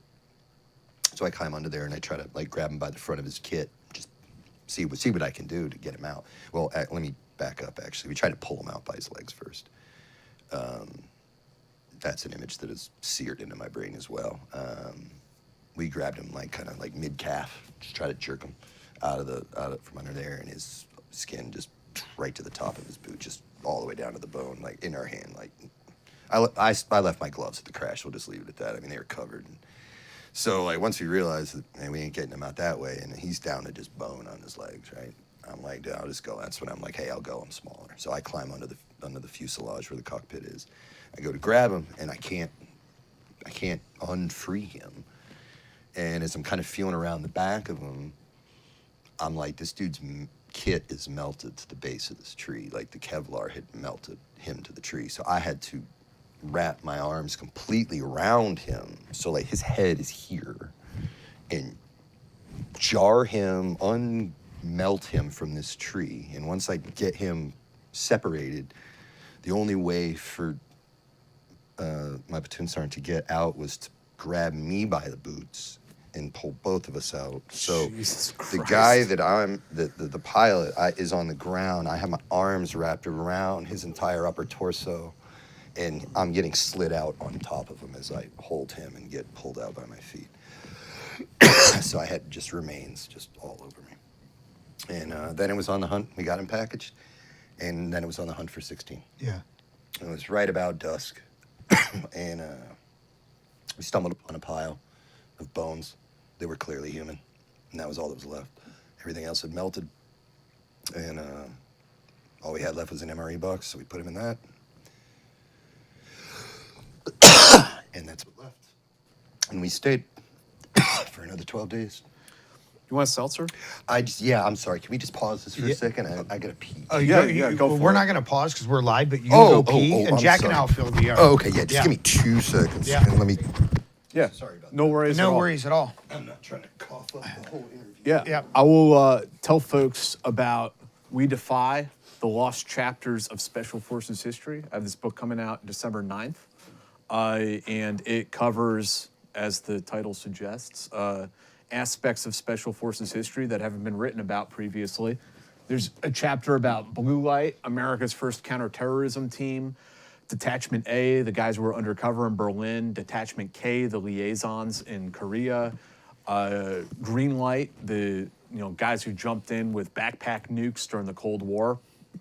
And then there's a chapter on the SIF, the Commanders in Extremis Force, and sort of the history of the various direct action courses on Fort Bragg, Cephalic, Sephardic, SOT. And so this book is available for pre-order right now. The digital and the paperback version of this book will come out on December 9th, so just a couple days away. Please check it out. I think you guys will enjoy it. So We're doing an interview on the 9th on the 9th. about the book. Yeah. So, yeah. So we'll be talking about it then. Yeah, so the stream on the 9th, if you guys have questions about the book or anything in it, like, feel free to get back to us with it, and we'll discuss that on the show. Sorry, I'm back. I want to apologize to those listening. Not at all. I had a little coughing attack there. No. I apologize. So you establish at HLZ, you start evacuating these, the remains and these body bags. What was the rest of the duration of that trip for you? It was about 11 or 12 days of looking for, and Nick Moore's platoon was actually, he did more of this than I did. There was another kind of area that we got sent to that was a little further on down the mountain that I'm not gonna go into detail about, but we just kind of split the force in half, and they stayed back and started looking for that original SEAL element. And I know they were able to find 2 of them. Mm-hmm. And then that's when they started to detect the beacon coming from Luttrell's kit. Mm-hmm. And then they made their way down with a SF team and ODA team into that village and rescued Marcus.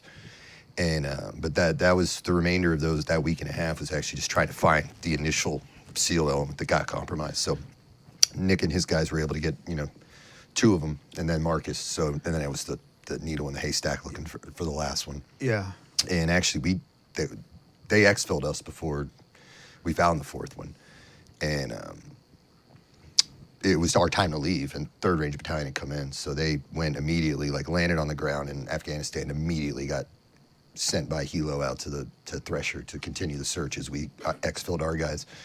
I want to say it was within a day or 2, and they probably just fresh eyes at that point. Yeah. I mean, after you comb the same ground over and over again, just having a fresh set of eyes probably worked in their favor. But I mean, sure. At the end of the day, 375 found that last guy, and we were able to get everybody home. And then obviously Marcus, being the lone survivor of out of the 20, the 19 of them that went down as part of Operation Red Wings and Red Wings recovery. And go ahead. I was just going to ask, during that time, were you guys making a lot of contact? Mm-mm. I never got shot at once. The JTAC had a good time. Oh, I bet. I mean, like I said, there were people all over the place. Yeah. They just weren't engaging us with small arms fire or anything. Yeah. But one of the days in particular, it was close to, it was the 2nd or 3rd of July or something like that, and A-10s and F-16s or F-15s, dropped out of the sky and just annihilated this top ridge line of this hill. And it was kind of cool. It's not celebrating people dying, but it was wow, that's about the coolest 4th of July fireworks I've ever seen in my life. Right? Yeah. And then we exfilled, and 2 days later we were home, which was probably not. I don't think anyone was ready to come home. Yeah, probably not there needed great. to be a little bit more decompression time, Yeah. I think, before an event like that. Yeah. And then all of a sudden it's hey, we're back in Washington State. Don't go hell on the city of Seattle tonight, boys. Have a good one. It's very jarring, isn't it, to come back from such, both a combat zone, but also an area that's so austere, and then to come back home. And I walking around a Walmart and just like feeling completely overwhelmed. Or going out to a nightclub and dealing with college dudes who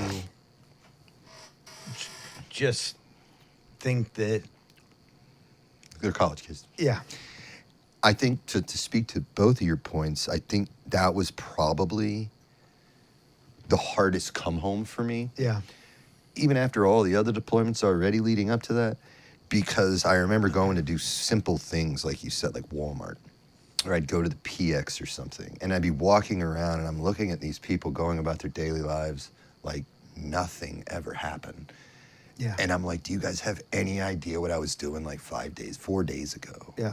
And you're just but you know what? That's the way it's supposed to be, right? Right. They're supposed to be that way. Right. But at the same time, like we talked about earlier, that makes you feel a little ostracized because you're like, I can't just come out and tell this dude at Walmart, like, look, man, I've had a bad week. Yeah. You know, like, go easy on Yeah. you. You gotta, and then in a lot of ways, that come to manifest itself, in my opinion, in 2 ways. Either you fight, Yeah. or you shut the hell up about it and clam up and go about your way. Yeah. And And even though I think, even though a mature soldier will recognize that this is the way it's supposed to be, there's still a level of resentment that can't be controlled, that can't be logicked away, that it's not, it's not like you demand more respect because of but any amount of respect that any human being, I think that's the thing that like used to really get me, was the lack of respect, not for me as, a combatant, just have more respect for fucking people because you don't know what I did yesterday. I did yesterday. Right. And that goes both ways. Yeah. Right? I mean, I don't know. And that dude might have got out in prison yesterday for all I know. He'd been in there for 25 years or something. I don't know. Right. What that did to me personally, and I'll only speak for myself, is it made me clam up. Yeah. To family, to loved ones, to my girlfriend, to everyone. It was like, I don't want you to know what these eyes have seen, what I've experienced. Right. I'm like trying to protect you from this. So instead of going the aggressive, like, I went more of the like homebody. I don't want to leave the house. Yeah. Like, I'm safe here. And I still struggle with that to this day. I'm like, if I don't leave my house, the odds of shit happening to me are pretty low. Yeah. Every time I go out on, to anywhere, and it's not even so much anymore.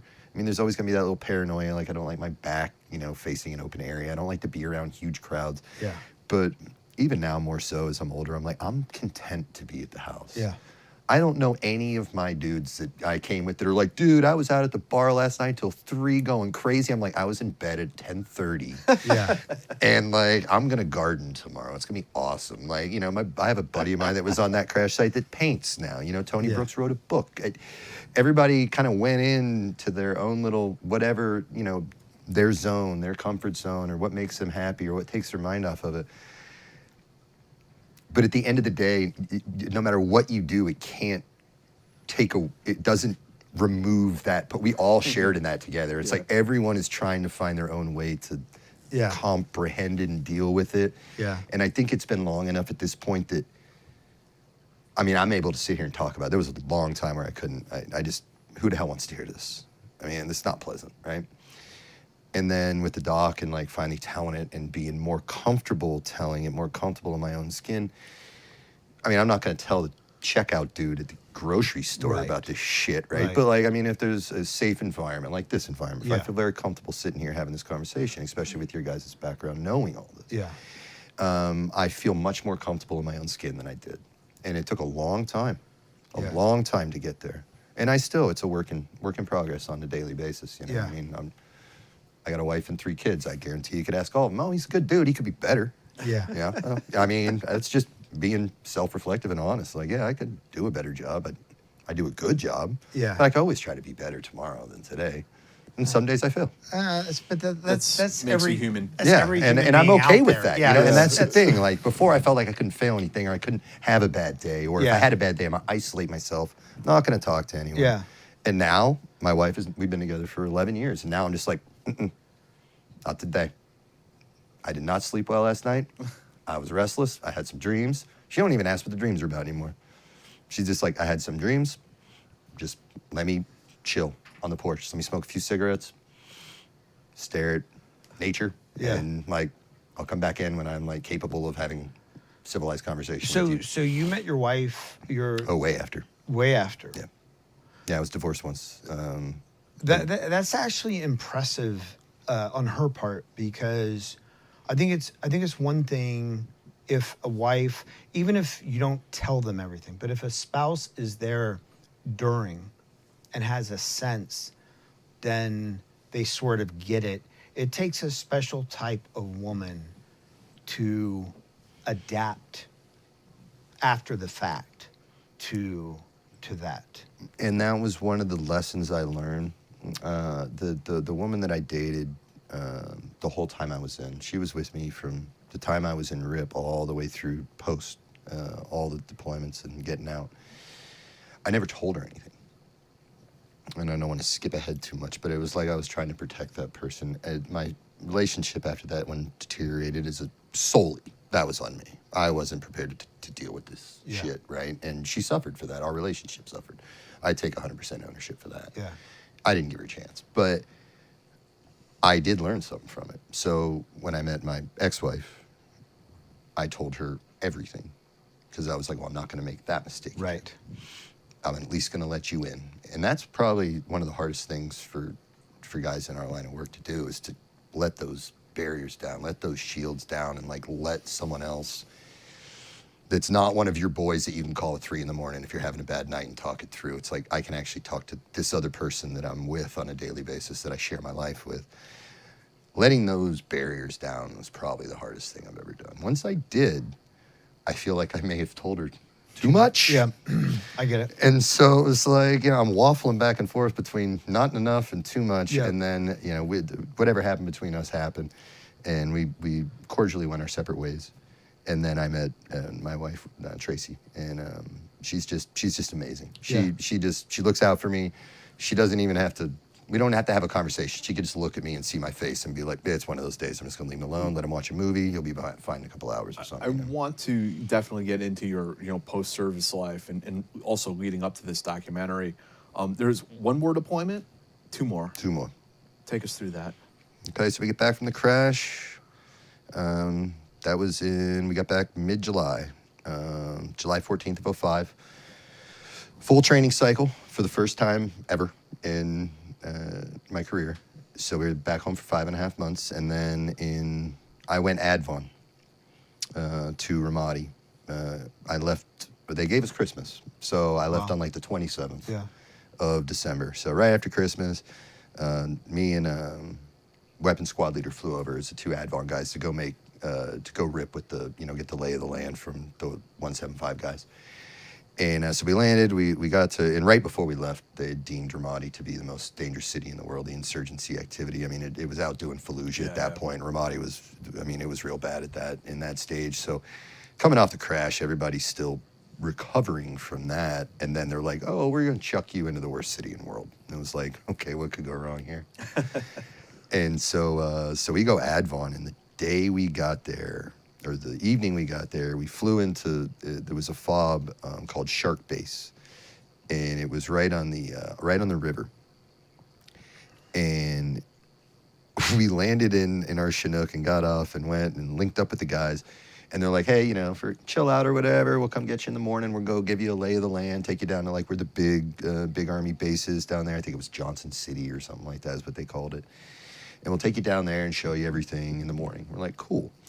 So we bed down, get up in the morning, link up with the 175 guys, and they're taking us out of our FOB down to the big base. And they're like, okay, this is, Sniper Alley or RPG Alley. Like, be careful going down these roads. And we had heard huge explosion, like 30 minutes before we left. But it seemed far away. It obviously didn't land in our compound. Well, as we're driving down this road, all of a sudden we start hearing all these horns honking at us. Just like, it sounds like New York, it literally does. Boop, boop, boop, boop, boop, boop, boop. And we turn and look, and here come all these Hiluxes past us, and there's just body parts in the back of them. I don't think I saw one whole human, just legs, arms. Blood was dripping out, like when it rains in the back of your tailgate. Yeah, and blood was running out as these cars, it was when they bombed the glass factory. And the glass factory was in Ramadi, and it was an Iraqi Army, Iraqi police recruiting depot. And they had this big pouring out of people that wanted to do IAIP, and it was recruiting. And so there were like, our guys were there, like military officers were there. I think there was like a major, like some higher ranking dudes. And some guy walked in and suicide bomb, boom, like killed like a shitload of people. Wow. And we're like, dude, what is all this? And the 175 guy, again, common theme, he goes, welcome to Ramadi, man. And like didn't even bat an eye at it. And so that was the first day we were on the ground in Ramadi. And they killed like 90-something people in that factory. Mostly Iraqis, but there was some U.S. military personnel killed too. And so yeah, that was just like welcome to Ramadi, man. And it was just foot on the gas, go. As soon as the main body got there, I mean, we didn't stop. It was just, you want to talk about follow-on objectives. There were follow-on objectives for follow-on objectives for follow-on objectives. We'd leave at 11, 12, and we wouldn't come back till daylight pretty much every night. So for you guys, was there like an actual ground offensive in Ramadi like there was in Fallujah? It was very similar, but different. Similar but different, I guess. And you guys weren't really part of that, but you were prosecuting targets. We were putting together the packages to go hit those targets that night, and basically we would coordinate. I know the Marines had a big chunk of that as well, and then I want to say there was some Army element, and maybe in the 82nd. I'm a little fuzzy. It's been 19 years. Yeah. But there was another Army element, and our big thing, and this kind of was the standard for wherever we would go on any deployment was, once you're operating inside these guys' AO, you basically alert them, hey, we're going to be hitting a target between X and Y hours of the night. We need QRF stood up, and B, blocking positions if that was what was required for that particular mission. So I remember, talking to some Marines that were there afterwards that absolutely hated us because we'd be out, all night long every night. And like, if we're out, they're out. Right. Except for we're moving and they're standing at the corner of a road trying to keep the city. You know what I mean? So once again, everyone matters and everyone had a job to do. And, but Ramadi was crazy.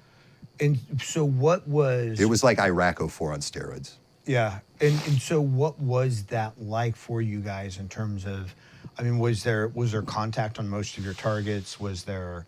Was the surrounding neighborhood responding to a lot of your hits, things like that? We took a ton of IDF, indirect fire, mortars and rockets and things like that. A lot of the stuff then, they were one of our biggest fears is they were starting IED bridges and things like that. And I remember going through, like when we were on ground and we're rolling through those, I remember I would always crack the hatch. I wouldn't open it all the way, but I always crack the hatch because you hear about these guys doing rollovers and drowning, and it's like, I still think we're going to drown in this river if we get blown off this bridge, but at least the hatch is open and we stand a sliver of a chance. Right. And I mean, that was the best you had sometimes. It's like, we might stand a toothpick of a chance if the hatch is open. Yeah. We're still driving across the fucking bridge. Yeah. So, like, you're just hoping it doesn't go off. Were you guys in Humvees or the Emirates? Strikers at that point with the big RPG cages around them. Not really the smallest vehicles, about 50,000 pounds roughly. Yeah. That was for ground, that was what we were using at that point. We used the Humvees, honestly, for just like driving around the base and stuff. They were like that and Hiluxes. We didn't take them out on patrols at that point. Yeah. So yeah, mostly strikers, and we did a mixture between ground and air. Yeah. And then, so with this ground offensive that the Marines and probably some conventional army... Battle of Fallujah, I think is what it's referred to as. Yeah. So how were you guys...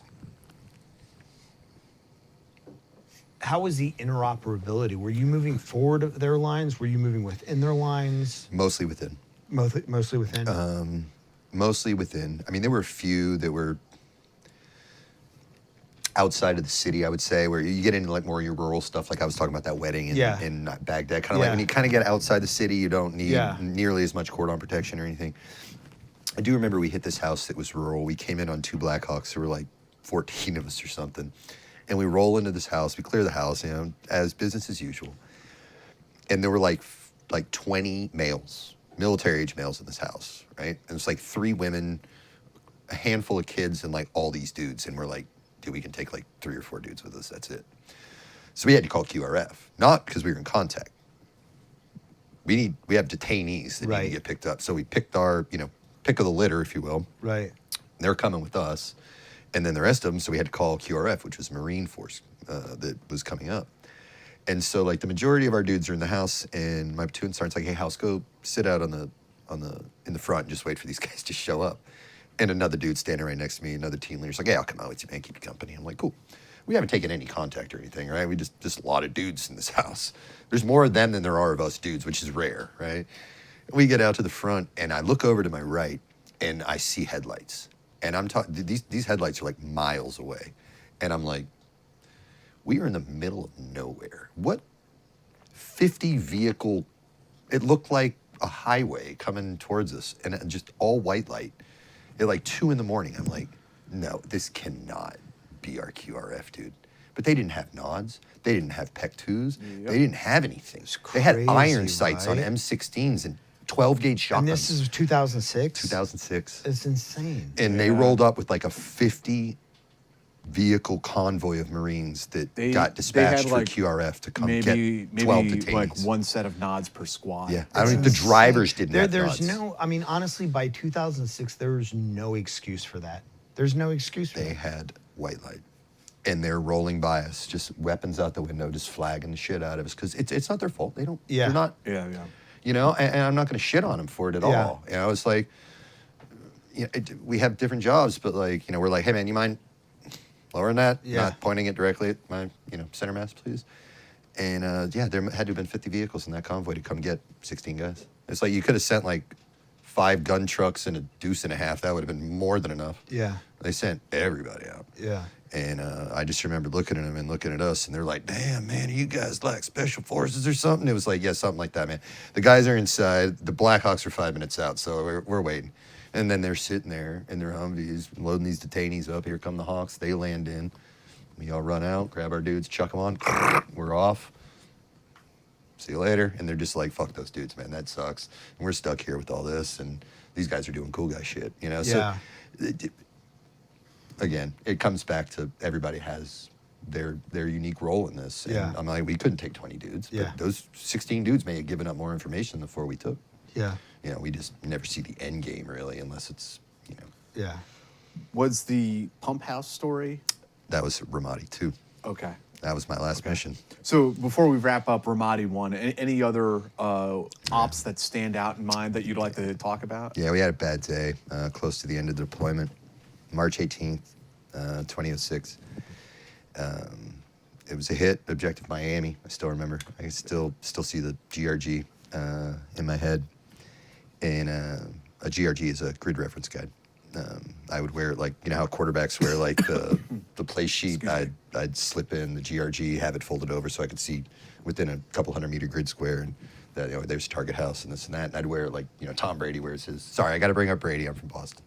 Kill me later. Kill me later. And I've got that thing, and I still have it to this day. And so it was Objective Miami and Objective Miami 2.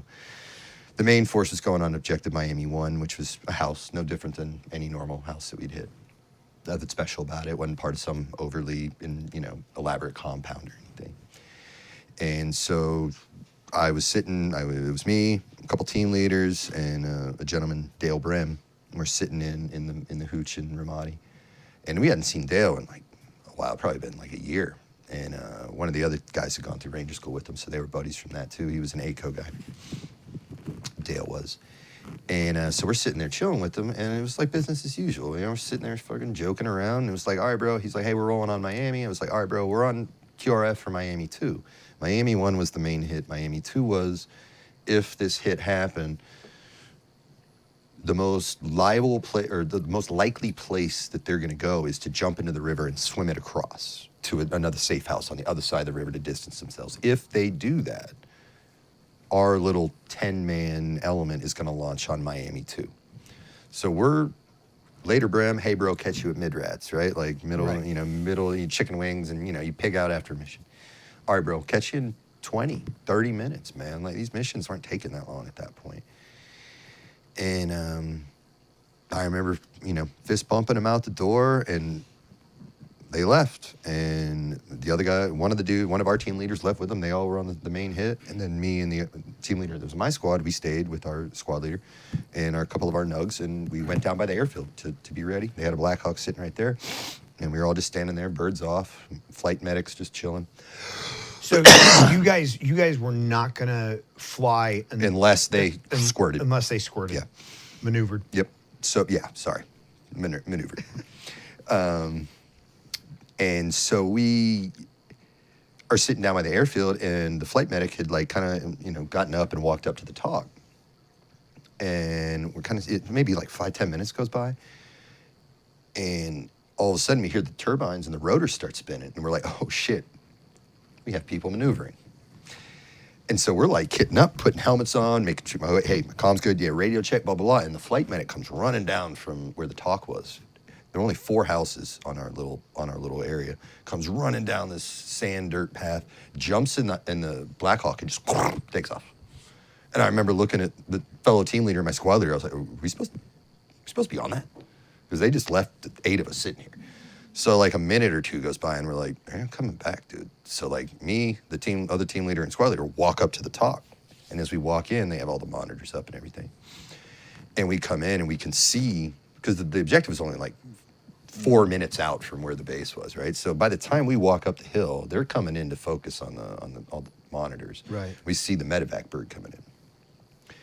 And the medevac bird lands, and what had ended up happening was Dale Brem and another ranger, his squad leader, Ricardo Barraza, had made entry into the house. We're going through the first floor clearing rooms and hit this one room on the first floor. And as they came in, one dug left, one dug right.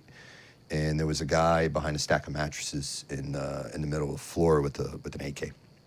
And it's not like, how we have AKs here in America. These are full auto, so I mean, it's not semi-automatic. So the guy was just hid behind the mattresses, threw the AK up over the top, and just let a burst go right at the door. I mean, fatal funnel, right? Yeah. And as they turn, one digging left, one digging right, they both got hit about right there from the side. And both went down. Saw gunner came in, finished them off. The enemy combatant, let me be clear, finished the enemy combatant off, and then immediately went into the medical process of it. And the last radio call they got, I don't remember who it was from. I want to say it was from Ricardo, but I don't want to misspeak, was, "I'm hit and I can't move." And then no other radio communications from them. They medevaced him, and they're reading off, as they're medevacing him, they're reading off battle roster numbers, because we don't say names over the net, so it's a code that identifies who call it is. signs. Yeah, like first initial, last name, company, last 4. But you have the manifest in front of you as they're reading it off in the talk, and like we're like, it's Barraza, and it's fucking Brem, and we were just talking to Dale like 15 minutes ago. And so like they medevac him to the cache at the main army hospital, and me and the team leader and squad leader we jump in a Hilux and drive down there with there were a couple of guys went down with us. And we were kind of sitting there, and the surgeon came out, and he called it. And he was like, "Hey, guys, they're expired." And obviously, no one wants to hear that shit, right? And like, this is how crazy war is. That this was almost an acceptable answer to our bereavement was, "Gents, he could have got shot on this operating table, and there's nothing I could have done. The bullet just tears through too much stuff going through on that trajectory at that, through that part of the body." Yeah.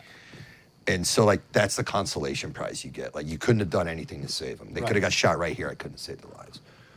Consolation prize, that sucks. Right.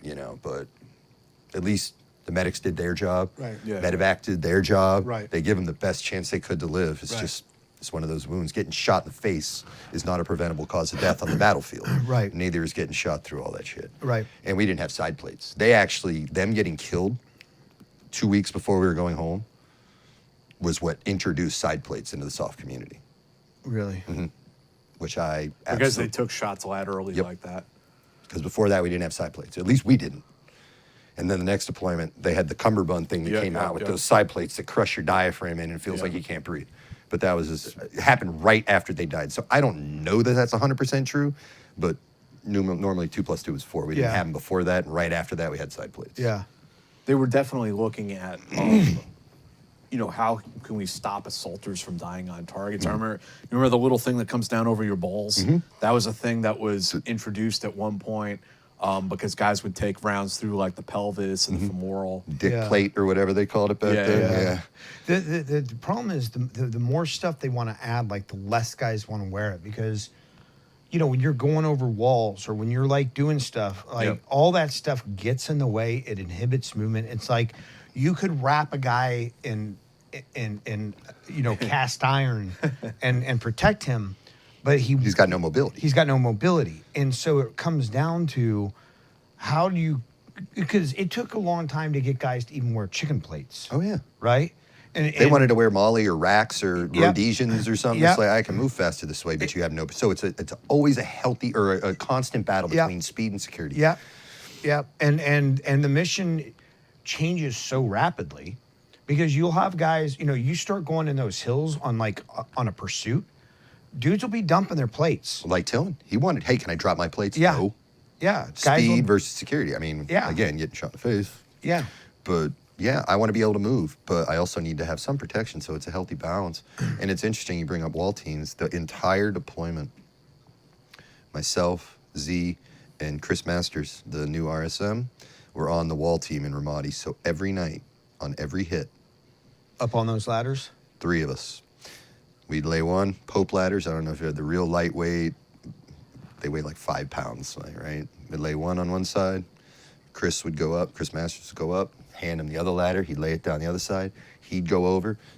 Whichever order, didn't matter. It was just like whoever's turn it was, whoever's standing there, and then me and Z would go over. Yeah. The whole rest of the platoon would be on the street behind the cinder block wall of this thing. Yeah. And it'd be the 3 of us. Masters would go open the gate, and me and Zaring would lock down the whole house. Just the 2 of us. Every night.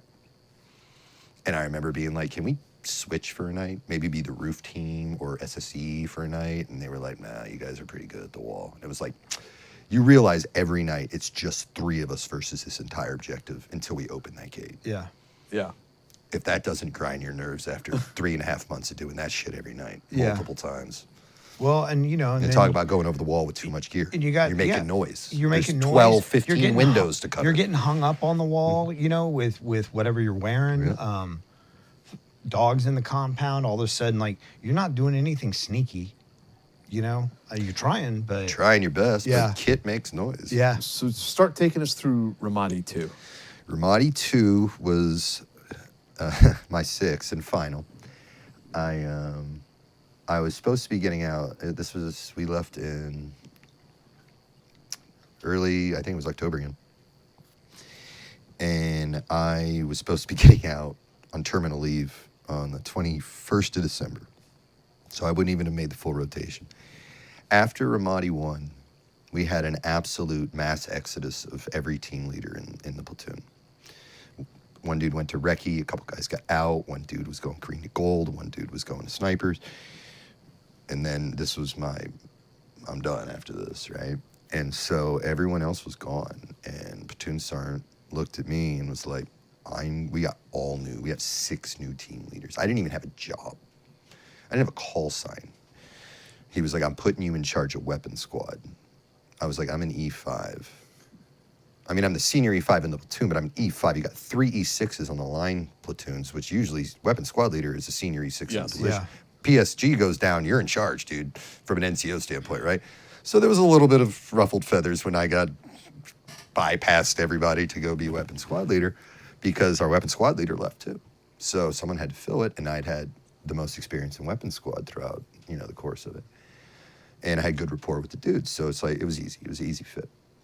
I had great team leaders, great gun team leaders. And we had an unbelievable weapons squad. And I remember coming up before we got our new weapons squad leader in, and we didn't get along. I'm not going to badmouth him, but we did not get along at all. I was getting out, and I trained up some great dudes, and he came in and tried to make his mark by disheveling probably, in my opinion, and not only my opinion, arguably the best weapons squad in the battalion for sure, because we went out to Yakima and did a competition, and we did really well. And he came in and tried to change everything. And the guys hated it. I hated it. Not him, his method, the way he went about it. Sure. Like, why are you going to mess this up? These guys are Everyone knows what they're doing. Everyone knows their job. And so right before we left, my platoon sergeant was like, well, he's senior E6, even over the E6 team leaders or squad leaders. So we're going to put him in front of or in charge of weapons, but we're going to put you in the same hooch with him. And I was like, that's a terrible idea. Just right off the bat, that's a terrible idea. And I was already in checked out Ranger mode. And so my platoon sergeant's like, I need you to come with me. I was like, dude, I get out of the Army in like 2.5 months. Literally, I'm not even going to be there for full deployment. And he was like, I don't know what to do with these guys. They're all new. The squad leaders are good. All the team leaders. This is like the most Ranger Battalion story ever. Like, Yeah. oh, you have 5 days left in the Army? You're coming with us. Yeah. So I end up going, and I used to wear a shirt and I'm an asshole for doing this, but I was pissed at this point. I found this shirt at Target that said, I'm really happy to be here.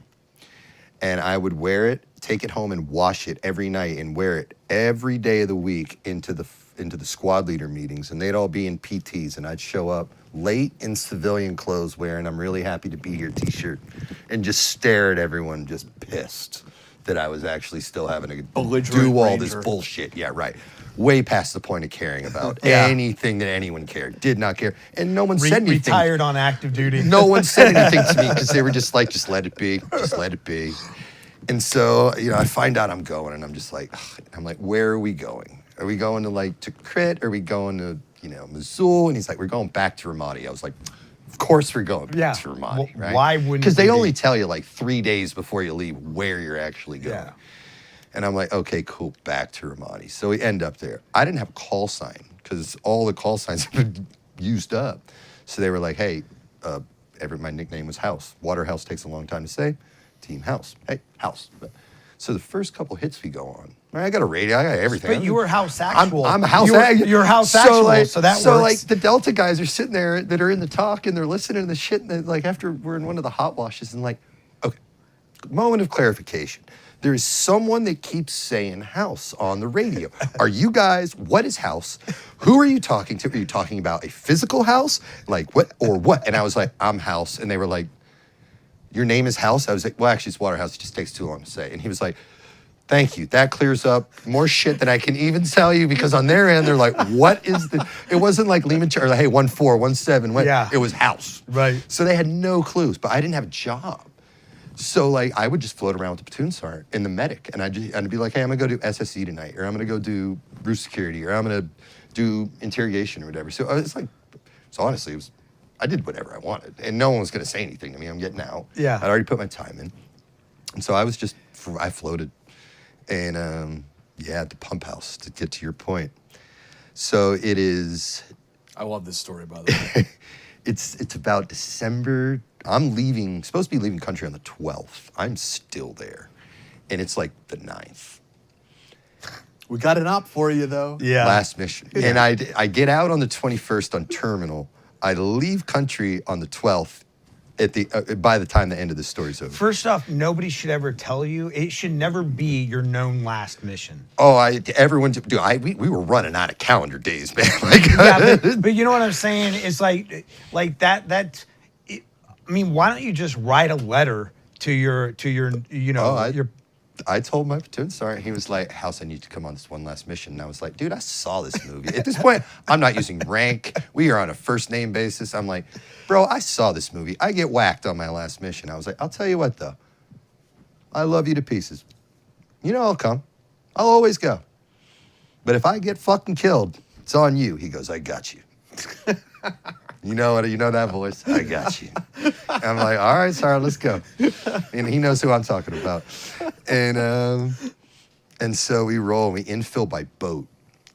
And we're fully weighed down. Is this Jeremiah? Yeah. That's so funny. I got you, House. I got it. I'm going to give him shit about that. And so we roll, and we go on these, the Swick boats, which are super cool. I don't know if you guys have ever talked to any of those guys. These things are armed to the teeth. They're like military, interceptor type boats. They got 50 cals. They got miniguns on them. They are, and this is the first time we'd ever been around them. Well, we get on them, and I'm like, dude, I weigh 225 without kit. I weigh 290 with kit on. And I'm like, you guys got a life jacket in here? And the dude hands me this life jacket. It's it wouldn't fit my 10-year-old. You know what I mean? I'm like, this is like a Snoopy life jacket that like a little kid would wear at the lake, right? I'm like, dude, I weigh like 300 water pounds. wings, yeah. I'm like, we weigh like Arm 300 floaties. pounds. Yeah. And what had happened was the guys on the river had started getting wise to it, like you had brought up earlier, Dave. Like they're not dumb. So they started IED and choke points in the river, and most of them were kind of like right around where the bridges were, as they were, you know, and it was they would hit those choke points. And so they were starting to IED that, and we're like, dude, if we get blown out of this boat, like. Do you know if any of the Swig boats have been hit by those IEDs? I actually have no idea, but I will tell you this though: those things are awesome and they fly. Yeah. And that we actually, a quick side note: one of their gunners on the minigun was sick, so as we're loading our guys on, one of my best friends still to this day, they were like, "Hey, we need one dude to cover down on the minigun. Our dude got sick or is hurt or whatever. Can pull one of your guys?" And I'm like, "Yeah." I'm like, "Hey, Tom, go." Get on the minigun. He's like, okay. You know, Tom walks up, very cerebral dude, and he's like, all right, man, I just need a quick fam. He goes, power, trigger, 3,000 rounds a minute, you'll be fine. And walked away. That was his fam, right? He's like, okay, I got you. Yeah, you'll cut a house in half. Just aim. Don't aim. I don't know. Just you'll be good. And so we cruise there. We get there unscathed, thankfully, and we download. It's middle of the night, and ISR had picked up that they were getting smart. They were conducting attacks, but they were burying their weapons away because in Iraq, it's standard practice, standard. They are legal. They all can own one AK for self-defense, self-protection. That's totally within the law. So these guys are smart. They keep their personal at home. They go dig their shit, conduct their attacks during the day, go back, bury it for the nighttime, go back home. Hey, I'm totally legal. You don't got shit on me. ISR picked up on it, started tracking. Well, they tracked it right to this pump house on the river. And they had them digging up weapons, getting in cars, going out, conducting their daily, nonsense or whatever. And so we pick up on it, so they launch us. So we get at this pump house, we download, we start looking all around like the external area. We're like, it's got to be like dirt that's like freshly, like, you know the difference between something that's been rained on and something that just got dug up. Couldn't find shit.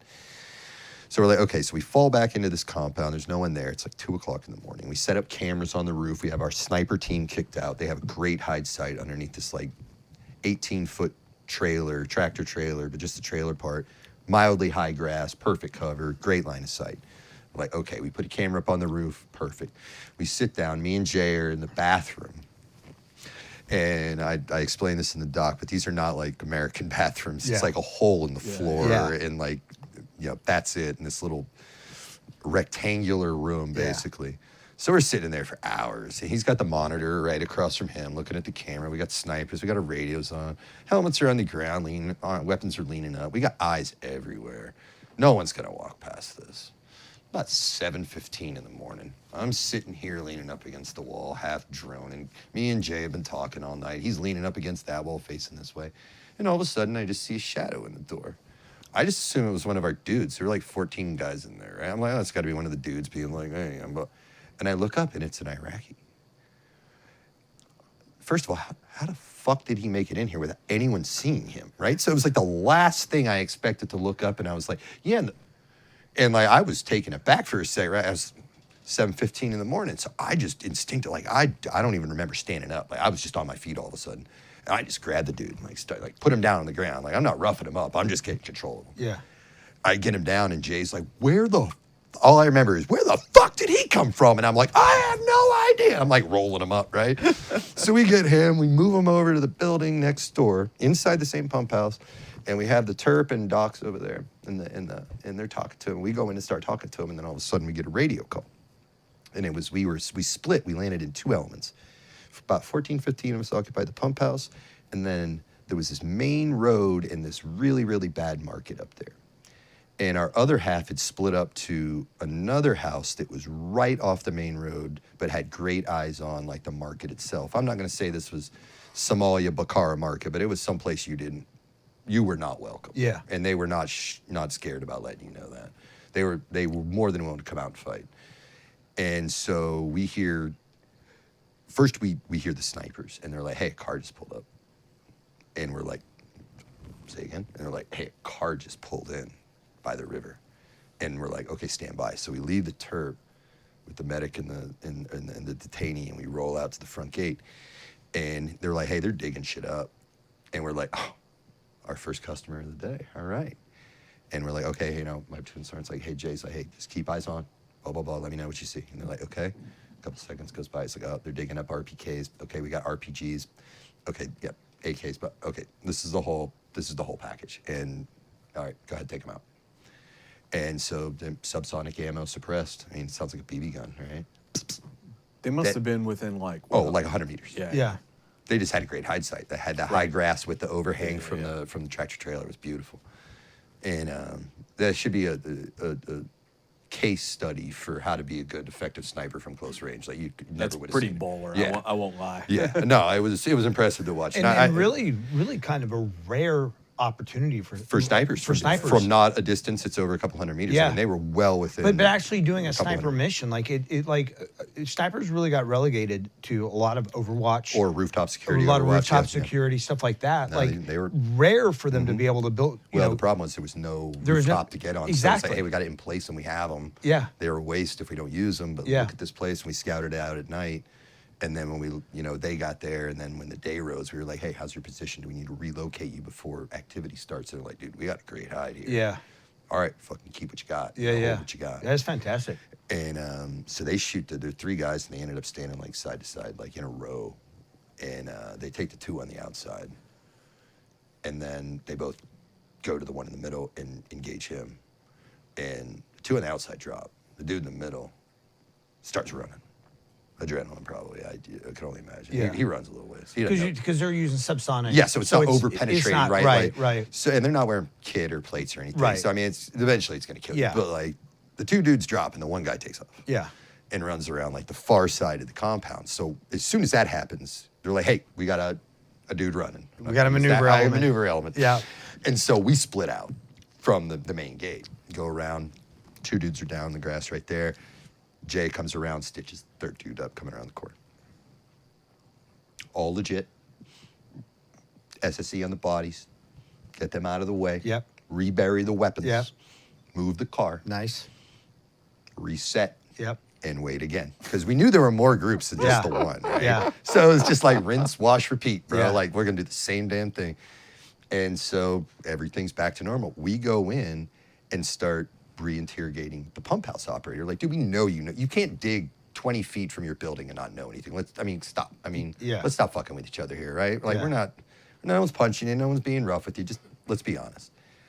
Oh, mister, I don't know. It's like, dude, I've heard this many times before. And I'm like, and all of a sudden, hey, we got a vehicle headed down towards you guys. And it's coming from the house that was up by the market.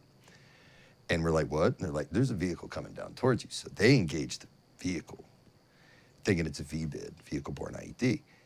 And vehicle stops.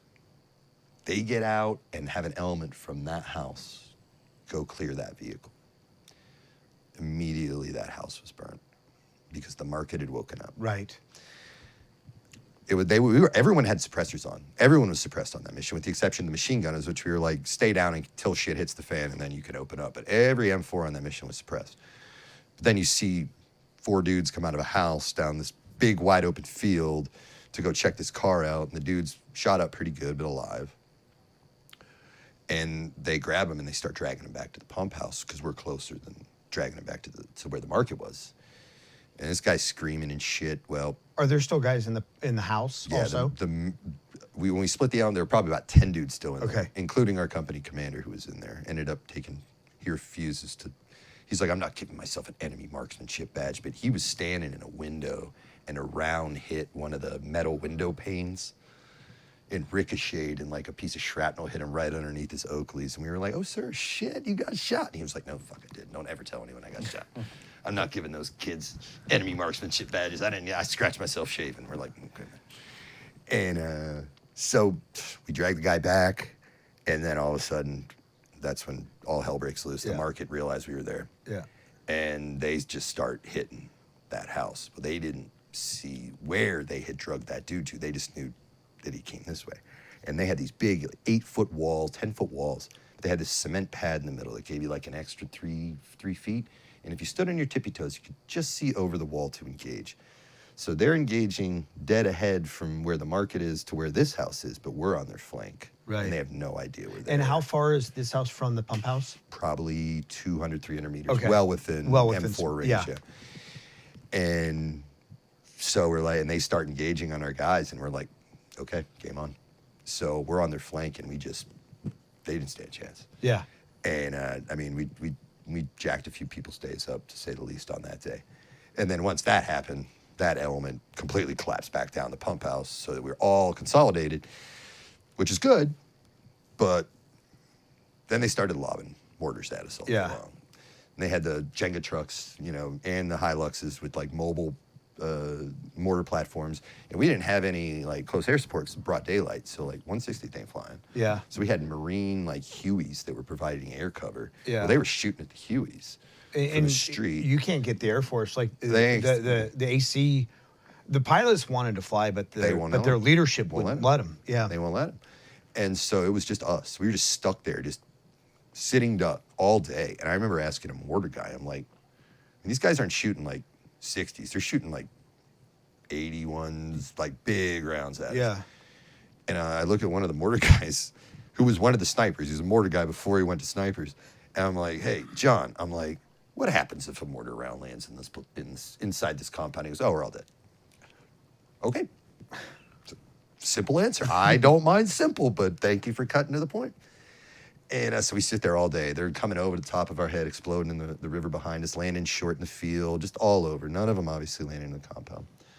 So it gets to be towards the end of the day, and I'm sitting there, and a dude went through RIP with is there. And I'm like, you know, it's my last day. Fuck it. I was like, I've pulled so much guard. I'm going to get up on the cupola on top of the roof, pull one more guard shift, and call it.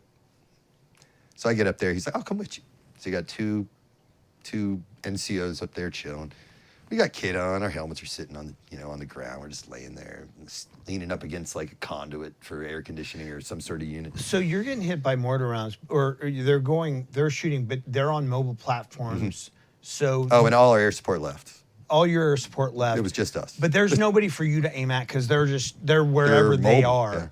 yeah. They're just prey and dropping them and hoping and they're just trying to hit, but they don't have any like FOs. There's out not there. like a point of origin site Yeah, that they're yeah, launching. There's no yeah. pit, right? Yeah. Everything's in trucks to keep Yeah. it moving. At this point, the Hueys that the Marines had supplied have already turned around and beat feet. It's just us. And we're just waiting for nighttime for the boats to come back. We got Yeah. no exfil plan. Yeah. And it's daylight. We called to see if task force would fly for us. Yeah. And same thing you just said, Dave. They said no. And we're like, I guarantee you the crew of that is 100%. itching to go. It's someone being that aircraft worth too much Same money. with the AC-130s. Yeah, like, absolutely. Those guys wanted to fly, but the command is like, we'd rather lose troops on the ground than an AC-130. 100%. So we get up, we're sitting there chilling. It's dusk. Beautiful sunset for a shitty day, honestly. Always is, right? And I'm like, yep. I look at my watch. I'm like, fucking done, dude. I'm done. All I got to do is get on this stupid boat, drive back to the stupid base, get on a stupid helicopter, get on a stupid plane, fly back to the States, and I'm done. As soon as we stand up, our shoulders are touching each other. My right, his left. As soon as we stand up, we're silhouetted. Single sniper shot comes, rips right between the two of our heads. And the only reason I know, my right ear started ringing, his left ear was ringing. We both dropped down on top of the roof, and I had lost it at this point. I'm like, I am so fucking tired of being shot at, dude. All I was thinking was, I'm going to do a good deed, pull one more shit. I'm just trying to survive the next 24 hours. That's it. Just get me the hell out of this country, right? The finish line, my toe is touching it. And we dropped down in our platoon, our first sergeant's down in the courtyard. He just has a parent moment. He's like, God damn it, that's why we wear helmets. Like, it would have mattered for a round that big. Right. Helmet would have just been one thing more to pass on the way to my brain, right? And so we climbed down from the roof, and the boats show at nighttime. Boats show up. We get on boats, drive back to the base. I get off. It's about daybreak. By the time we get everything, squared away, I download. I'm shucking. I kept like 2 mags for me just for the ride back to Biop or Balad. I don't remember where I flew out of. Shuck like all the rest of my rounds out of my mags in the ready room. Drop my, whatever I got with me, and it stays there. And took 2 M4 mags in my M4 with me. And I took some pictures up on the roof that morning. Some of them are actually meant to be funny, like the Charlie's Angel one is meant to be funny. And we take a few pictures, and that was it. And I got on a helicopter, flew to the main airports there in Iraq and Bayat or Balad, I don't remember, and flew home to the States. And just like that, it was over. So you got home. You didn't come home with your unit. You got home. Came back on the reach back. And how long did you have to out process? 9 days. 9 days. 4 of which were weekends. So I had 5 days together. And I'm not making this shit up. I Love showed Ranger Battalion. I showed up to a meeting on a Tuesday in civilian clothes, and she said, I can't have this meeting. The instructor was like E8. And she's like, you can't be in here in civilians. I said, well, I'm not going to be here next Tuesday. I get out of the Army in 4 days. I leave on Saturday, and this meeting's only once a day. And she was like, well, you can't be in here. And I was like, you're going to have to get the fuck over it. And this is in front of like all these other people getting out, all in their uniforms. And I'm mouthing off to a master sergeant as an E5 in civilians. Like, fuck yourself. Give me the brief. I'm leaving. And so she And gave you the she brief? gave me the brief, yeah. And I got out in 5 days, man. And this is one of the things that the Army is great at. And this isn't just Rangers. It's just like you just came back from a combat zone. I almost got my head blown off 3 days ago. 4 days ago, Yeah. 5 days ago. And now, I'm listening to- welcome to the civilian world. I'm listening to an E8 tell me I'm in the wrong uniform. Yeah. And you want to talk about trying to bite your tongue? I didn't have the ability at that point Yeah. to bite my tongue. Yeah. And then you're back on the And block, then right? Then your I- first Civ Div and I got back. I left on the 21st. 21st I left. No, I had to wait till the 23rd because my truck had seized engine because on the deployment before that, we were parked in gravel. You know 275 gravel yeah, parking the lot. old gravel. Well, I got into a slow drip, and I lost all the oil. And because it was gravel, there was You no didn't slick. know. Yeah. So I was driving home on I-5 after we got home from Ramadi 1, left lane, 80 miles an hour, rush hour, and my whole car, every light on it turned up, and I lost all control, and I had a seized engine. So I had to get my truck fixed before I could even leave. So I get home, have to deal with getting out. My truck is deadlined. I have to take that, get a whole new engine put back in it, and then get my U-Haul, pack all my stuff up, and then I start driving across the country. I think I got to North Carolina, Greensboro, like the 26th or 27th. So then now you're home. Yeah, And like the world is your oyster, right? should be. You would think it would be. I've never felt so alone in my entire life. Yeah. And that was one of the things that it took me a minute to realize, actually, it's kind of making my hair stand up on end thinking about it, is I didn't realize that I was never alone, right? Like when you're in the military like that, whether it's stateside or you're in a combat zone, like there's always someone with you. You're right? going through it as a team. It's ingrained in you. Where's your even from basic, where's your battle buddy, right? Or where you get a battalion, where's your range buddy at? You never go anywhere by yourself. And I didn't realize that. Like if you're in the middle of Afghanistan, you got to go to the bathroom, someone comes and pulls security for you. You're never alone. And all of a sudden it was cricket. And I was like, I didn't realize how alone I am right now. Yeah. And didn't realize I was that dependent on all those guys and that they were dependent on me. Yeah. We were all codependent, right? But like you don't see that because it's that far in front of your face. Is it codependent or interdependent? It's probably a better word to use. Is You know, interdependent. it's interesting. But too. I don't know. I think there's a flash of codependency in there too. There probably is, but there's also, it's also interesting because it was the guy who never wanted to hang with the other guys that was always sort of the oddball, right? Like the guy who we had our few. Right, but he didn't want to go. He didn't want to hang, whether it was to the bar or go to the movies. But he wanted to do everything by We had a himself. couple of them. He What wanted do you to do everything- tonight? He's in pajama pants at 10. I'm going Yeah. to see the late night. You want anyone to come with you? No, I'm good by myself. Yeah, I never went anywhere by myself. We were always at the bars together, a group of us. and, at least but you 5 of wanted us. to be like that was like, part of it. That was like those. You were know the, how many times you see frat boys out by themselves? Yeah. They're always out as a group. Yeah. We were But frat boys with guns. those were the stories that you would tell like the following week, right? Yeah, was absolutely. like What happened at the bar last Exactly. night? Oh, dude, I cracked this dude in the face right in Olympia, right in front of the police station, right? Yeah. Like, we had one dude take 8 tasers. He was celebrated in battalion for being a badass for Right. taking 8 tasers. Right. Case got dismissed due to excessive police force, but But did he get RFS for that? Holy shit! Yeah, That's he went amazing. to court, had the paperwork and everything. They dropped the DA dropped the case because they hit him with 8 tasers. If the eighth one glove took does him not fit, You you must must have must quit. have quit. Yeah. No, he showed. I would believe it was a lie until he showed me the paperwork. That's wild. And he was like, dude, they dropped the whole case. so He was one of the snipers that shot the dudes on the pump house. Really? Yeah. No, I served with one gentleman in Ranger Battalion who came through the gate belligerently drunk and opted to fight the MPs.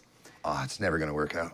It did not work out well, but when they had him on the ground, they decided to fill him in and stomp him a few, and so the whole thing got thrown out because of excessive force. Same thing. Yeah, they went above and beyond. Yep. He took the 7th taser and turned around to like all the cops and like hulked out and said, "Is that all you fucking got?" And then they hit him with 8 and that dropped him to the ground. And he's got, I mean, he burn scars all over him from the fucking bronze. that is that was downtown Olympia. legendary. Like, yeah, oh man. yeah. I'm not gonna say his last name. His first name's John. He's a great dude. That is legendary. But so you now, after 4 years of, let's not even talk about the combat aspect of it, but 4 years of having a purpose, having a mission, having a family, some you hated, but they were still your family. Always. Now you're sitting where? Greensboro, North Carolina. By yourself. I was living with my girlfriend. With your She girlfriend. had a full-time job, but when she left for work in the morning, it was just me. And But I was productive as shit. Like, dude, housework was done. Yeah. Everything. Yeah. Folded, clean, bed made. I mean, we weren't dirty people. I have OCD. She's the same. So, like, our house is already clean, but I'd be, like, vacuuming lines in the carpet because I'm bored. And then it'd be, like, 9 o'clock. I'd be like, oh, I'm going to get shit-faced because there's nothing to do. yeah. And so that's what you do is you get drunk because it passes the time. I'd be right? wasted by noon. Yeah. And then I'd be going back at about 3 for another case. Yeah. And then I'd be hiding him in the toolbox of my truck so she wouldn't know about it. Yeah. And how long did that go on for? 3.5 months. And So she moved and was like, till she was done with it? we got back together after that. Yeah. For another years after that. But it got to the point where I wasn't able to pull myself out of it. Yeah. And she deserved better than me, Yeah. honestly. I mean, I Deserved better than what I was giving where her. were you where I you was were not at. putting out what I Sure, should have been putting sure. out. And so where did the change start to happen for you, or Long time. What can you tell us about that? Sure. So the first year was incredibly hard. After her and I split, I moved back up to Boston and was doing shipyard work with my dad again. That's like my fallback when anything would happen growing up. And so I was up there from probably May of 07 till to December of 07. And I called my mother, who I did not have the greatest relationship in the world with at that point, due to some of her activities. And she was like, hey, your old room is still here. We have, my brother and sister were still in high school, but your room is still here. You have your own bathroom. Come down. There's more opportunity for you down here. Where was she? South Carolina. Okay. Greenville, to be specific. And so she's like, hey, move back down here. And, there's some opportunity down here. I've told people about you. Maybe you'll have a better opportunity here than up there. I know you're tired of working in the yard, right? And so I'm like, against what I thought was my better judgment, I was like, okay, you're right. I'm not doing anything here. I'm just drinking myself to death, right? All right, let's try something new. That didn't work. I moved down. I was home for 2 weeks. And my stepfather had borrowed my truck and went to Ace Hardware to go get some shit that wouldn't fit in his car. And he ran into this guy that worked at this unbelievable company, North American Rescue. They make the cat tourniquet, ton of bandages that you guys have seen, trauma dressings, gauze, stuff like that. I'm not a medic, but the guy that was in the parking lot was the 3rd Ranger Battalion senior medic, and he was with RRD as well. He saw the Ranger tab and scroll in the back of the truck and approached my stepfather and said, hey, were you in battalion? He goes, no, it's my stepson. He goes, is he in or is he still, still in or is he out? He goes, he's out. He goes, how's he doing? Right? And my stepdad, to his credit, he looked at me, he was like, not well. Just 100%, like, not good to this stranger in a parking lot. Yeah. Like, not well, dude. And he, like, handed him a business card. He goes, hey, I'm giving you a call. We'll go to lunch. So unbeknownst to me, that lunch was an interview process. So we go to lunch. I don't even remember where we went. Nowhere special. Have lunch. We shoot the shit for a little bit. Takes me back, shows me the office, shows me the facility, shows me where we're going to be moving to, the new building, all this. Yeah. And he's like, hey, we got a trip coming up in 2 days. We're flying down to SOCOM, to brief SOCOM in was it Tampa, I believe, right? Yeah. He's like, yep, we're going to private jet it down there. And we have a PowerPoint presentation we're going to put on for SOCOM. You're interested in coming? I was like, yeah, let's go. And I felt like I was like, oh, shit, did you say SOCOM? Man, fuck yeah, let's go. But he hasn't said anything about a job No, yet. he just asked He's me just if I invited, wanted to. yeah. He just wanted to see if I wanted to come. And, Yeah. You know. And so we go down there, and I walk in, and, like, one dude looks at me. He's like, Waterhouse? And I'm like, oh, my God, what are you? I see this dude I hadn't seen in, like, 3 years. Had you, in this time, had you been in contact with your old guys? Hardly or did you, at all. you had cut it off? I talked to Jay a little bit about football. Yeah. Because he was a huge Seahawks fan, if you Yeah. remember. I talked to him about football a few times, but not really. Once you're out, it feels like you're gone, right? I felt completely out of the loop. Yeah. You know, it's like, I don't know, I almost felt like me calling them, especially because I was drinking. Am I doing the drunk dial call? You know, like, Yeah. you're calling back the next day after you look at your call log, like, hey, sorry. Like, when you're apologizing for shit, you don't even remember what you said. Yeah. Problem. And so we do the SOCOM thing, and I see a dude I hadn't seen in a long time. And, like, I kind of just, like, fell back into it. Right. And we give the brief, and I'm like, we get home and we land, and I'm like, hey, thank you so much, you know, for allowing me to come along. That was really cool. It was good to, you know, be back around the guys for a minute. And he was like, you want a job? I was like, he goes, do you have a job? And I was like, I'm looking. He goes, are you really looking? And I was like, not really. No, not really at all. I had no VA benefits or anything. And I was just a broke-ass soldier that had no direction. And so I got the job. And he was like, we'll start you out at like $45,000 a year. Okay. That was more than I was making in the Army to get shot at, so yeah, let's go. So I started working there. I worked there for about 2.5 years.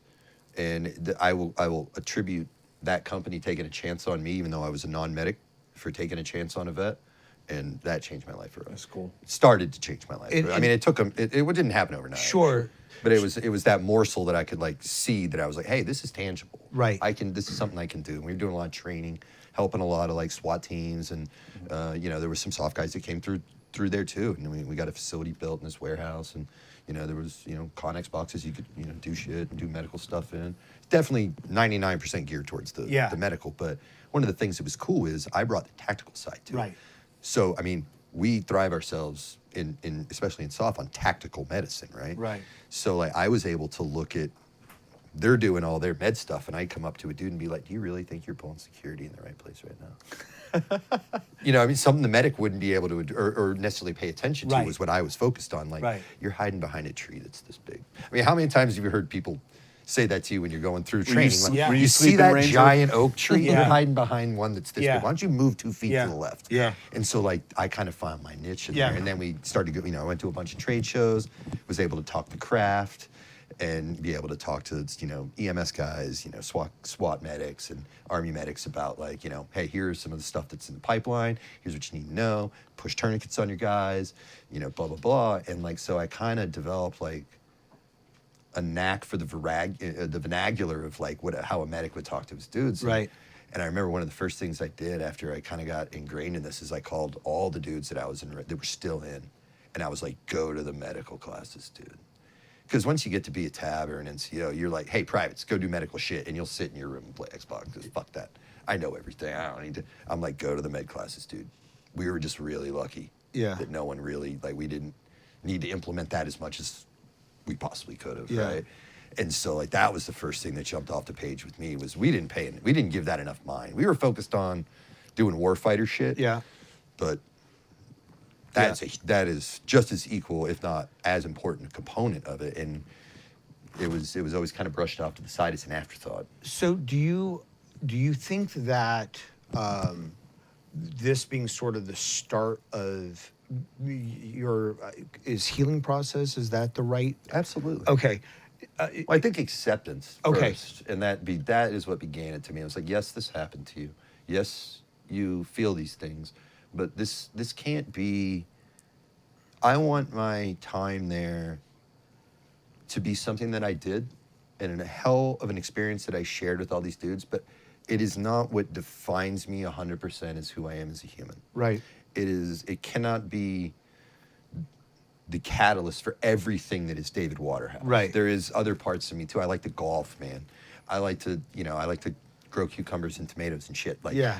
Like that's you're not a dad. every. There's all these Yeah, I'm other a things. dad. I'm Yeah. going to my kids' band practice and school plays and stuff. And it's like that's not what solely defines me. Yeah. So during sort of your dark period before this job, and even after it maybe, but during that, did you know what was like, did you know you were in a dark period? Did you know what was eating at you? Or because obviously it's a number of things, right? It's operator syndrome, it might be post-traumatic, it might be TBIs, it's a loss of purpose. Like, it's a lot of things. But did you know that, or did you just was it just like this morass and you just felt down and didn't know what to do about It it? dragged on for a minute. Yeah. And more than that. And so was it getting a job that somebody taking a chance on you, or was it getting this job that put you back in the community that you loved? Both. And I don't talk about this in the documentary, but that job was amazing. It saved my life for sure. But I still wasn't satisfied. So I worked there for 2.5 years the first time, and we had a change of command, if you will. And I remember going to work one day, and I was like, I can't do this anymore because they had changed the culture of the place when it was bought. And I remember walking in for the first day, and on company time, on company computer. I mean, I was salaried, so it didn't matter, but and I walked in, and I sat down at my desk, and I had all my, my frames, platoon picture from each deployment, some cool guy shots, some awards, some, my POW MIA flag, my American flag. And I was looking around, and I was like, what the fuck am I doing here? This sucks. And I Googled triple canopy. And I went to work for a defense contractor as a private security personnel back in Iraq in 2010, 2011. I couldn't get enough. It's a drug. Yeah. And I did a couple of rotations over there. And in Baghdad again, I was close to the embassy where I was back in 2004. It was crazy to see how that had changed. But I attribute it to, someone that's, addicted to, like opiates or drugs or some sort. Like, once it's in you, it's always going to live there. Like, sometimes it's going to be a little spark, sometimes it's going to be a bonfire, but it's always going to be lit. That pilot light's always lit. Yeah. And I don't know if that goes away. From what I have talked to a lot of dudes, and it's okay, I don't want it to go away to an extent. Sure. But I don't want it to consume me Sure. or control my life. Sure. Those are two different things. Sure. It's okay to feel that, but... Where did the documentary come into play? Like, when did that come up on your radar? How did that come about? Well, there was the director of the documentary, Sean, actually lived right next door to me. And I've known him since he was 7 years old when we moved in next door. And he loved to do the Army in the Woods thing. And when I came back, he's about my brother's age, about 32 right now. So when I came back, he was in his late teens. He was under 20, maybe 19, 20, something like that. And I came back and, I'm like, he's super been in the military or interested in the military for his whole life. His thing was, he wanted to be like Marine Force Recon was his big thing. And, but he was, unable to get in or whatever. And so he started coming over and we just kind of almost like a therapy session of me just telling him or showing him some videos or some pictures and stuff. I'm like, oh yeah, here's this, here's, when we were on this mission, this, that. And I'm showing all of it to him. He's like, dude, we should write this down. You should write a book. And so he started taking notes just in the garage with the two of us just sitting there smoking and joking, and he started writing the shit down. And he was like, dude, people would want to read this. Now, this is 10 years ago, longer, 15 years ago, that he started doing all this and jotting all this shit down. And he's like, we got to 400 pages of this manuscript, right? And we were on the second deployment. I was like, dude, this thing's gonna be a 3,000 page book. This is not something that we can tell this way, and we don't know anything about writing books. But we both like movies. We both like docs. We both like, fall asleep to a movie almost every night, And so we're like, well, let's just try our hand at it. And he'd done a lot of video footage and stuff like that. And he'd always had an interest in film. So we were like, well, the stuff's starting to escape me a little bit. I'm not quite as sharp as I used to be. Maybe we should jot this stuff down and maybe just put it, try it on camera. That way, my kids can see, that's why, he's a little, he's a little off from center. And, here's why before I start, losing all this information or, it starts to run together too much. And then when we put it all together, and it was like 4 days, 3.5 days of shooting, the first day was an absolute waste. I had never spoken on camera before. Yeah, it takes a moment. And, the thing, like, when I was growing up in high school, my mom made me take debate and debate too, and I hated her for it. But then when you're up in front of the RS or the command sergeant major and the battalion commander giving a brief and you can like articulate, I'm like, thanks, Mom. Yeah. I appreciate you pushing me through that. Hated you at the time, but it actually served me. And so I don't have a problem talking in front of people, but the camera doesn't give you any response. Right. You don't know if you're the comedian that's bombing. Like, if you're bombing in somewhere, like, you're going to know. The audience is going to let you know you suck. Right. Staring at the little blinking red light on the top of a camera is strangely one of the most intimidating things I've ever done in my life for the first day. Yeah. And so, like, I went home and I was like, that was terrible. That was just terrible. And I was like, okay. So I got in front of the mirror and I was like, all right, we can cheat the shit out of yourself. And I started like coaching myself like a NFL player, like watching tape. And I had him send me a few clips and I was like sitting on my front porch. I must have watched him like 20, 30 times the first night because we were filming 3-4 days in a row. So I knew tomorrow I'm back on this. So I went home and did my studying and got back the next day and we filmed for about 2.5 more days after that. Got about 8.5, 9 hours of footage, cut it down to, I think the doc comes in at about 154, 155. Yeah. And we were able to, he was able to do a great job condensing it down and doing a great job editing. And I still, when it was all done, I was like, I still don't know if anyone's going to watch this. And he was like, let's just kind of beta test it, send it out to a few people, gauge their response. And the response came back pretty overwhelmingly that like, hey, this is something people might want to watch. And so we just kind of we had no idea what we were doing. We've never. And how long ago was this that happened?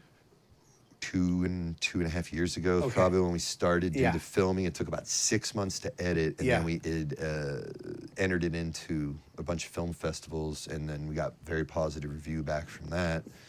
And then we started to look at, okay, well, we won some awards, honorable mention in a few, a couple of good awards, and okay, well, let's see if we can find a way to put this on a streaming platform. And kind of just reached out to Amazon Prime, and they were like, yeah, it usually takes between 6 to 8 weeks to get some feedback, yes or no. And like 10 days later, they were like, yeah, it's a solid yes. That's phenomenal. And then just like that, it happened. I mean, it was literally like that. And it was like, hey, you have a movie on Amazon Prime now. And I'm like, I'm not prepared for this. And like, I had another little mini meltdown. Like, my wife had to take my phone from me for like 2 days. She was like, you were about to freak the fuck, not like out of happiness. I was overwhelmed because I was getting calls from people I hadn't talked to in 15, 20 years. That's amazing though, isn't it? And they're pouring out like, hey, this story helped my wife understand me better. Like, she sees like what we went through.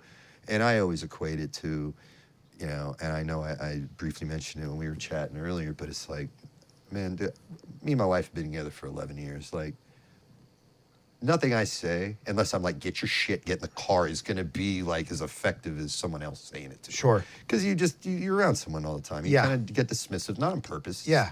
Hey, I heard you.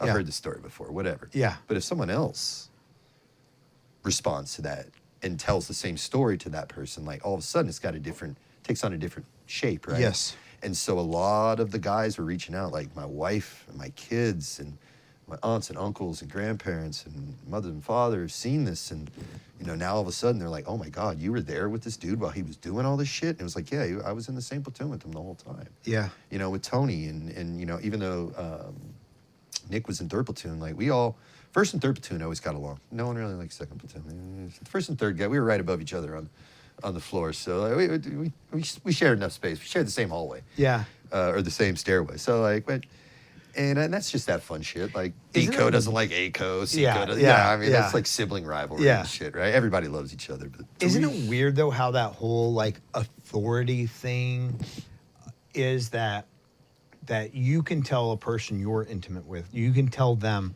100 times like something or like you say, like this is what I went through. And they're like, yeah. heard you. I heard, yeah. But then they watch somebody completely different Say the on the same thing. screen say the exact same thing, and it's like, oh my gosh, this is Impactful. crazy. And that was the thing that blindsided me. I did not see that coming. So like, I thought it would be fun for the boys and for the kids. I had no idea that I'd be sitting here in Brooklyn, New York, having a great conversation with you gentlemen. You know what I mean? Like, I never saw this in a million years. Yeah, you don't really understand like how it's gonna affect people. It's downstream. crapshoot. Yeah. I mean, you're like, I hope this goes over well, but if it doesn't, I may have mud on my face. You know, like this could piss a lot of people off, and if people don't react the way that it's intended Sure. to be, Sure. portrayed. Sure. And you just never know. But everybody, all the boys have just been amazing. It's cool. I think that there are always going to be haters for whatever reason. There will always be haters, but I think that as long as you tell the truth as you know it, and there isn't a lot of sort of self-promotion, and there isn't a lot of fabrication. I think that's where guys start to Veer off that path. Is When this it- a commentary on current events there, Mr. Park? It's a commentary on eternal events, some of which may be current, but it's one of those things. Because Jack and I have talked about this on the show. Is that Jack says that like he gets requests from kids, not kids but adults all the time, saying, "Hey, I'd like to know more about what my dad did in Vietnam because he's gone now and he never talked about it." And the thing is if he had talked about it, they probably wouldn't have listened because it's your dad. Because it's your dad. Dude, my kids are not. And First also, of all, when you're a kid, I love my children more than anything in this world. My kids are not the slightest bit impressed by me. Sure. You want to talk about being humbled out, right? Where you go out and people were like, I was standing in the gas station the other day and I'm wearing my socks hat and I'm like, I look over and this dude's just like, I'm like, I didn't even dawn on me. I'm like, why is this guy fucking mad dogging me in line? And then I'm like, oh shit, he may have seen the fucking thing. And he's, cause not a lot of people where I come from in South Carolina wearing Red Sox hats with a, fucking tab and scroll on their forearm at the gas station buying a pack of smokes or something. And I'm like, looking at this dude, and I start to get uncomfortable, and I'm like, oh, he probably doesn't know where he recognized. Right. My kid's completely unimpressed. I'm just Dave to them. Yeah. They don't give a shit. And you know what? Then I did my job right. Right. Yeah, I don't exactly. want Right. them knowing like any of the shit that we're talking about. Don't walk They- through They life. know now. They're old enough, right? Yeah. 15, 13, 16, 14, 12 now. Yeah. They're not dumb. They've seen the movie at this point, but I don't want them to look at me as like Ranger Dave. I want them to be like, hey, that's the dude that comes to my band practice. So that's the dude that Yeah. tell me, I Yeah. love you, baby. You sit Yeah. tight. You good? You need anything? Do we have But- questions yeah. for Dave? It's interesting. I mean, I've had old school veterans from back in the day even tell me that they would not want to come on this show and talk simply because. Yeah, go ahead. You can light up. They just don't want to come on a show like this. Like, it's happy to, like, they'll have a coffee or a beer with me and talk about it, but they're like, I don't want to go on something like this because, like, it'll completely change my kids' perceptions of me. And like, when they say they're kids, they're talking about, like, 40-year-olds. Like, Yeah. They're always going to be your kids. Yeah, My like they're dad told me holding- this when I was a kid. He goes, you know what the biggest problem about kids is? You fuckers never go away. And I thought, I was like, you're a dick, dude. And then I got to be a parent, and I was like, yeah, that dude's 100% right. Yeah. No, we're always going to be with, they're always going to be your children. Their kids remember them as, like, a loving father, and they don't want to change that perception for them. Yeah. Absolutely. Yeah. Well, but the other thing is, what I was going to say is, like your documentary, I mean, our show hopes to capture the same thing, right? Sure. Our show hopes to be a personal documentary for all of our guests, where whether it's their family that watches it or people who are trying to find out more about their parents, and their parents may have worked with this person or done similar things, that there are pieces of history that personal history that I mean, it's an honor to capture that. And that was one of the things, there's so many guys, and I know you guys had, my brother told me you guys had like a LERPS guy on from Vietnam the other day. I would love to have a conversation with him. I mean, I used to work with a guy, Tom Eagles at North American Rescue. He was the most decorated medic from Vietnam. Spent 6 years over there. Holy Wow. Unbelievable. Yeah, he's just, he's late, he's passed away a couple of years ago, but unbelievable guy. Yeah. And actually was part of the team that introduced the original granular quick clot to the Army. He was kind of spearheaded that program. I know they used to burn a lot of people. It was better than what we had at the time. Sure. And so, I mean, he was just instrumental in that. And, to sit down and hear his stories was just incredible.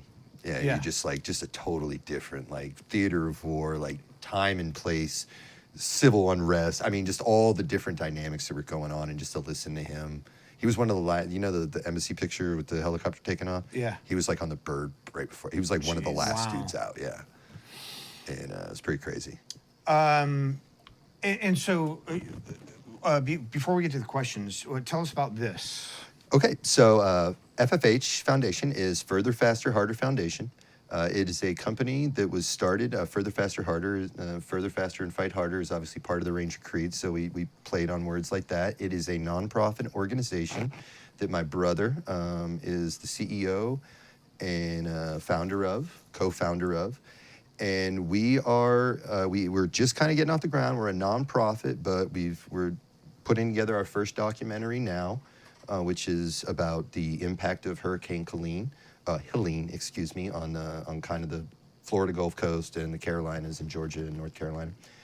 And so we started that foundation. It was kind of in response to the documentary coming out, where we realized that there's so many dudes similar to me and the people that I know that have stories to tell and want to, in a way, talk this out so that they're not walking around just internalizing all this, right? And what our main objective is, whether it's through art, storytelling, is to give those vets that have been somewhere, that may feel alone, that may feel like they have a story to tell, that want to tell. And we've been lucky to be afforded this platform to be able to tell our story to help. And what we want to do is open up that platform to have other veterans be able to tell their stories and explain how they feel and how it impacted them and their family members. And hopefully through all that, have a healing, just a healing feeling, like you're not alone. You're not the only one that did this. I mean, we don't have to be from the same unit, from the same branch. We don't have to serve at the same time. That's all irrelevant. But you went through a lot of things to do what you did to serve this country, some good, some bad, some indifferent. Do you want to talk? Do you want to, help? Maybe you saying something could help someone else out. Right. And I just think a lot of people don't have that platform. And so that's what we tried to do. And my brother especially has worked extremely hard with Further, Faster, Harder Foundation, giving people that platform to be able to help other people as well. And where can people find that? There is a Further, Faster, Harder Foundation is it .org? Yeah, furtherfasterharder.org. And is there any other place to? Instagram. And that is the hashtag FFH_foundation. Okay, and the links will be in the description below. And then in terms of, before we get to the questions, in terms of your healing, your process, outside of, finding new purpose, finding other things, have you pursued stellate ganglion blocks or psychedelics or therapy, or are there any things that have made a difference for you? Gummies. Gummies? Yeah, Okay. gummies have helped a lot, Okay. both CBD and regular. Okay. Nothing, anything serious. They like calm you or It just relax you? it calms me enough that my brain isn't running 1,000 miles a minute. Okay. You know, and like I said before, I have OCD, so you're already dealing with gotcha. that. Is Yeah. like kind of something that is the sink clean or the dishes done. Yeah. And then you add this in if you know you're having a day, and like it just takes the edge off, man. Yeah. Like when I went to the VA, and no offense to them, I mean I'm 100% permanent and total, right? Yeah. Body's pretty banked up, but one of the things they were like, hey, you know, you have chronic pain, you want like oxys or roxys, and I was like, absolutely not. No, yeah. I was like, no, and they're like, well, what do you do? I was like, well, I smoke. And, Yeah. you know, I'll take some gummies or whatever just to chill. That's it. Yeah. I don't do anything else. I said, all I want is my 800 milligram ibuprofen. That's it. Yeah. I went there 3 times. By the 3rd time, the guy looked over his glasses. He goes, you fit the model of non-seeking drug behavior. You can have anything you want. And I was like, I don't want shit. Yeah. All I want is that. Yeah. Natural shit, and I'm out. Yeah. And that is, thank God we're kind of getting into a little bit more of a society where that's more socially acceptable. Right. And hopefully especially one of here these, in New York. Hopefully I mean, one of these days the VA will catch up with us. I have a feeling it's not long off. Yeah. Because a lot of people, when I told them that they were like, you're never going to get 100% disability because you told them you smoke. Yeah. They've never brought it up ever again. Yeah. And that was like 7 years ago Yeah. when I first started the process. So Yeah, because they're- it's self-medication. and my VA is in Asheville, North Carolina, which is a hippie town. That works too for me. Yeah. So I mean, I'm take every advantage I can. Yeah. But yeah, no, just little thing. I mean, nothing crazy. Yeah. I'd much rather be coherent, and Right. I don't want to be a vegetable. I don't want my stuff. You know what I mean? Yeah. I'm not a drug dude, but I'll smoke. Yeah. Joe, thank you very much. Thoughts on National Guard Ranger Battalion rumors? As far as I know, and I'm a little out of the game, but as far as I know, I do not believe you would have to enlist for active duty in order to get into Ranger Battalion. I unless they have changed something dramatically, there is no path from the National Guard to like a RIP contract or a RASP, excuse me, it's different now. Ranger Assessment and Selection Program is what it's called now. There is not a direct path from the National Guard, no matter what your MOS is, to get into battalion that way. However, it may be something if you were interested in going to Ranger School to get your tab, that may be something like an enlistment bonus or something that you could do to potentially get that like written in as a school. I think there's but- been like this informal, maybe it's been written about in like some white papers and defense magazines that should we have a National Guard Ranger Battalion? kind of like there's a SF now. Yeah. Okay. But I would argue, no. Do you really want those people running around America Because all that much? Being a samurai requires complete devotion to the art of the blade. You can't just do it part-time. It's not a half-assed job. Yeah. You can't do it and go to work at a factory for 5 days and do it twice I in would- 2 days. It is a lifestyle that you have to be complete. It's like being in the NFL. You're either in it or you're not. I would say, so I think SF Guard works because I think that bringing in civilian skills into the Special Helps. Forces arena helps. Absolutely. I would say that if they ever thought about a Ranger battalion or a Ranger Guard unit, it would have to be modeled after a SEAL Reserve unit, which is you can only go if you've been active duty. Previously, yeah. Because you have to have that foundation of knowing what everybody else is doing at all times. Well, I think that's one of the huge things that's overlooked in general. Is one of the things that I didn't notice, even though I was like, hey, I want to go be an Army Ranger. This is what I want to do. I was pretty certain before I went in.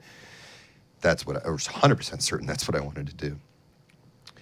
I had no idea how the structure worked until I got to battalion. Where I Right. was like, oh, okay. I see the tiers now. I see who I enjoy working with. I see who I'd rather not work with, depending. Yeah. And I think being on that level and operating at that level kind of opens your eyes to like just the whole power structure of how not only like elements break down, but like what elements do what. Right. An SF mission is different than a Ranger mission, which is Right. different than a Delta mission, which is different than a Dev Crew mission, right? Everybody's got their own little area of expertise. Like it's going to be hard for a 25-man SF unit to secure an entire airfield. You need a company of Rangers, 100 dudes to do that, Yeah. right? But I mean, we can't take a city. We need conventional forces Right. with divisions to do Right. that, right? So getting to the point where you understand the hierarchy not that it's a hierarchy of I'm better than you. It's a hierarchy of necessity, of battle space, and understanding that. And I think that's one of the things that I was blind to coming in. I was like, oh, they're all this. And it's like, no, these are the specialties, and here's the differences. Yeah. And certain things are applicable in places, and certain things aren't. And which is why we have the diversity we have, which is why it works. Send 100 Rangers to Africa or to Colombia for. It's not going to work out. Yeah. You know what I mean? Like I'm just being honest. I mean, and there are even just on a fundamental level, like I don't think anybody does fire and maneuver the way Ranger Battalion does. Like fire team movements. Like I'm up EC. Like nobody does that the way Rangers do it. Nobody does. But they are obviously the considered, right, the most elite light infantry in the world. Right. And there's a reason for that. Yeah. I mean, we train. I mean, this is not a 9 to 5. This is we'll fucking let you know when we're done with you. Right. And then you can go get shit-faced and party in the barracks, or you go out and burn the town down or whatever. But you're getting your work in first, always. And for reasons like that, I think that the only way you could ever look at having a guard unit is, like I said, previous. If they're previous service, the same way the SEALs do. No, I think that would, I agree with you. Joe, thank you very much. Which SMU impressed you the most? CAG, Dev Group, HRT, The Hill. Who's tougher, Force Recon or Navy SEALs? Yeah. I'm not in the business of saying shit about anyone. I have my opinions based off of operational experience with every single one of those units you just mentioned, including some ones you didn't. Unequivocally, Delta is the most professional organization I've ever been around in my entire life. 375 JR. Jay, we're really sorry, but 375. Houston checking in. Shout out 375 Bico. Rangers lead the way, Jay. Luis Vasquez. Great interview as always. I hope you're having better luck with your new home appliances. I'm not catching that reference. Thanks, though. Bueller? Bueller. Bueller? My fridge went down like 2 years ago, but I got a new one. Maybe that's what he's talking about. Maybe he's worried about your refrigerator. Yeah. All right, what else? Grayman 0621. Is that a Marine Corps MOS 0621? I don't know. Yeah, I believe the O's are Marine Corps stuff. I think infantry's like 0300 series or something like that. And 08 is artillery, but I don't know what 06 is. I'm not sure. I hope everyone has a blessed weekend. I think a blessed weekend. Thank you. Thanks. Thank you. M. Corbin, thank you very much.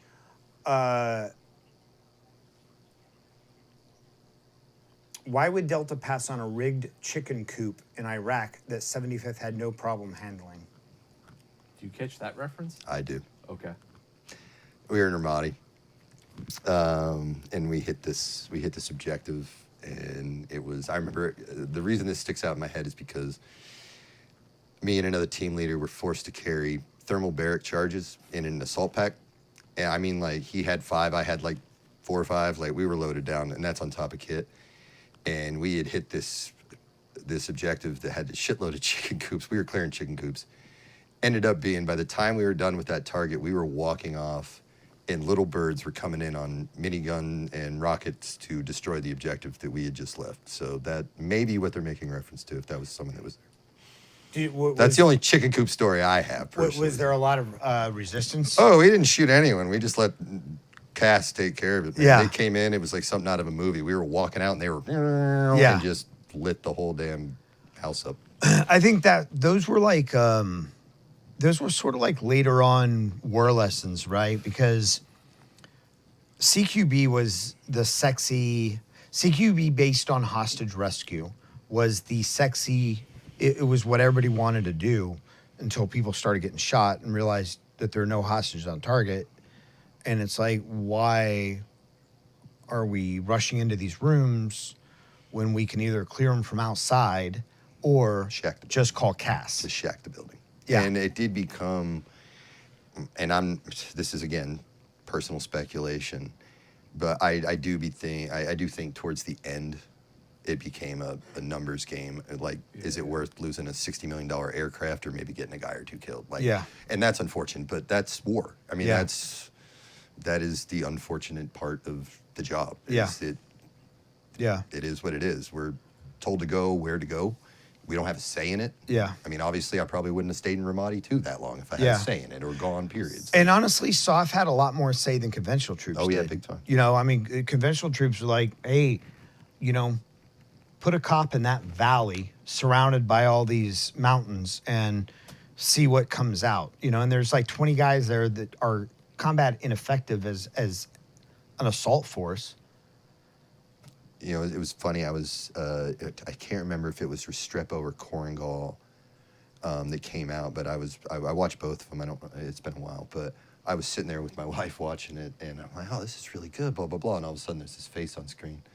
And his last name was Hal. He was our PL on the crash site. And then all of a sudden, I'm watching the movie, and I'm like, is that? Oh my God, that's my old PL. And he was in the Korengal. Yeah. Like when that was going on. So I saw him on camera. Yeah. I was like, holy smokes. So did we have anything on Patreon? No. The documentary, people can go and find it on Amazon Prime right now. Yes, sir. Finding it as Ranger is Yes, the name sir. of the documentary.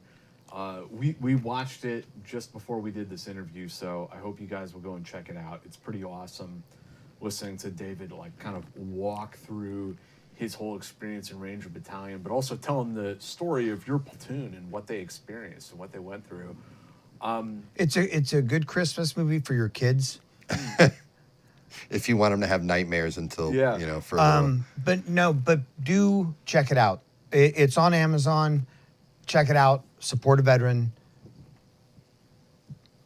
Get on it. Get her done. Anything else you want to throw out there before we get going? Anything you want to promote or tell people about? Not as much. I really want to get people funneled to the foundation. Yeah. Because that, for us helping, and we always said this as we started, if we can help just one person, this whole thing is worth it. And I think if I had to leave it with one thing I want to leave the audience with is, especially for those veterans out there, you're not alone. And I think one of the biggest things that I got out that I felt was that I'm all by myself. And again, we stem back to that. I haven't been alone in so long, I just didn't notice. And I think a lot of people get out and they don't have a good support network. Like they don't have family, or they don't have good siblings, or siblings at all, or people that they can talk to this about. And I think that creates, for a lot of people, a sense of isolation. And what we're trying to do is help them, not only realize, hey, you're not alone, but you have a voice too. Like you went through and experienced a lot of things that most people in this life never will. And it's okay to feel certain ways, but it's also okay to talk about it. And, sometimes being tough means being tender. I hate to use that kind of cheesy terminology, but I filleted myself open to try to just get this off of, like, this is more than one person can handle for an entire lifetime. Yeah. And we all need that network. I mean, and I think that's really the message that the foundation, and especially is trying to promote, is like, hey, if you need help, reach out, like talk to people, email the foundation, we'll get back to you. Like we genuinely care, and we want to help everyone and anyone we can. And it's hard to let that barrier down, but it certainly helped for me. So that is furtherfasterharder.org. I would ask everybody watching this, and everybody who does watch this, and everybody who listens to this, to please go to their website, send them $5. Like, just get involved in the most basic way you can. If that's all you can do, we deeply appreciate it. If you can do more, if you can contact them, if you can volunteer in some way, please do that. But it's furtherfasterharder.org. Link is in the description. And we will be back, actually, I think tomorrow we'll be doing a bit of streaming, probably with Christmas music. The Team House Christmas party. Christmas music and my commentary. Yeah, and if you guys have a few questions for us, I might be willing to answer, depending on how deep into my cups I am at that point in time. The deeper he is, the more willing he will be to answer. Yeah, it's there's this inverse logic to it. Yeah. David, thanks for coming and telling your story, man. We deeply appreciate The it. pleasure was all mine. Thank you guys so much for having me up here. I mean, I can't tell you, just every time we're able to do something like this to get the word out, it helps every single one of us who are out there on the street. Absolutely. And their families as well. and And, it- that's Reach out that's to the us goal. anytime you have anything going. Like we'll plug it, we'll promote it, we'll put it out there to the world. That's awesome. I can't thank you guys enough for the opportunity. Thank you. Anytime, man. So we will see you guys tomorrow evening, I think. So take care out there. Everyone have a nice weekend. And Monday, we have Jack Murphy. Oh, right. Yeah. Monday, we're going to have our stream where we'll be talking about We Defy. So get your questions ready. If you have questions about the book, I'll be happy to answer them for you. Yeah, and also subscribe to the new Eyes On YouTube channel. Thank you. Subscribe to the Eyes On YouTube channel. There's going to be links down in the description. Thank you, guys.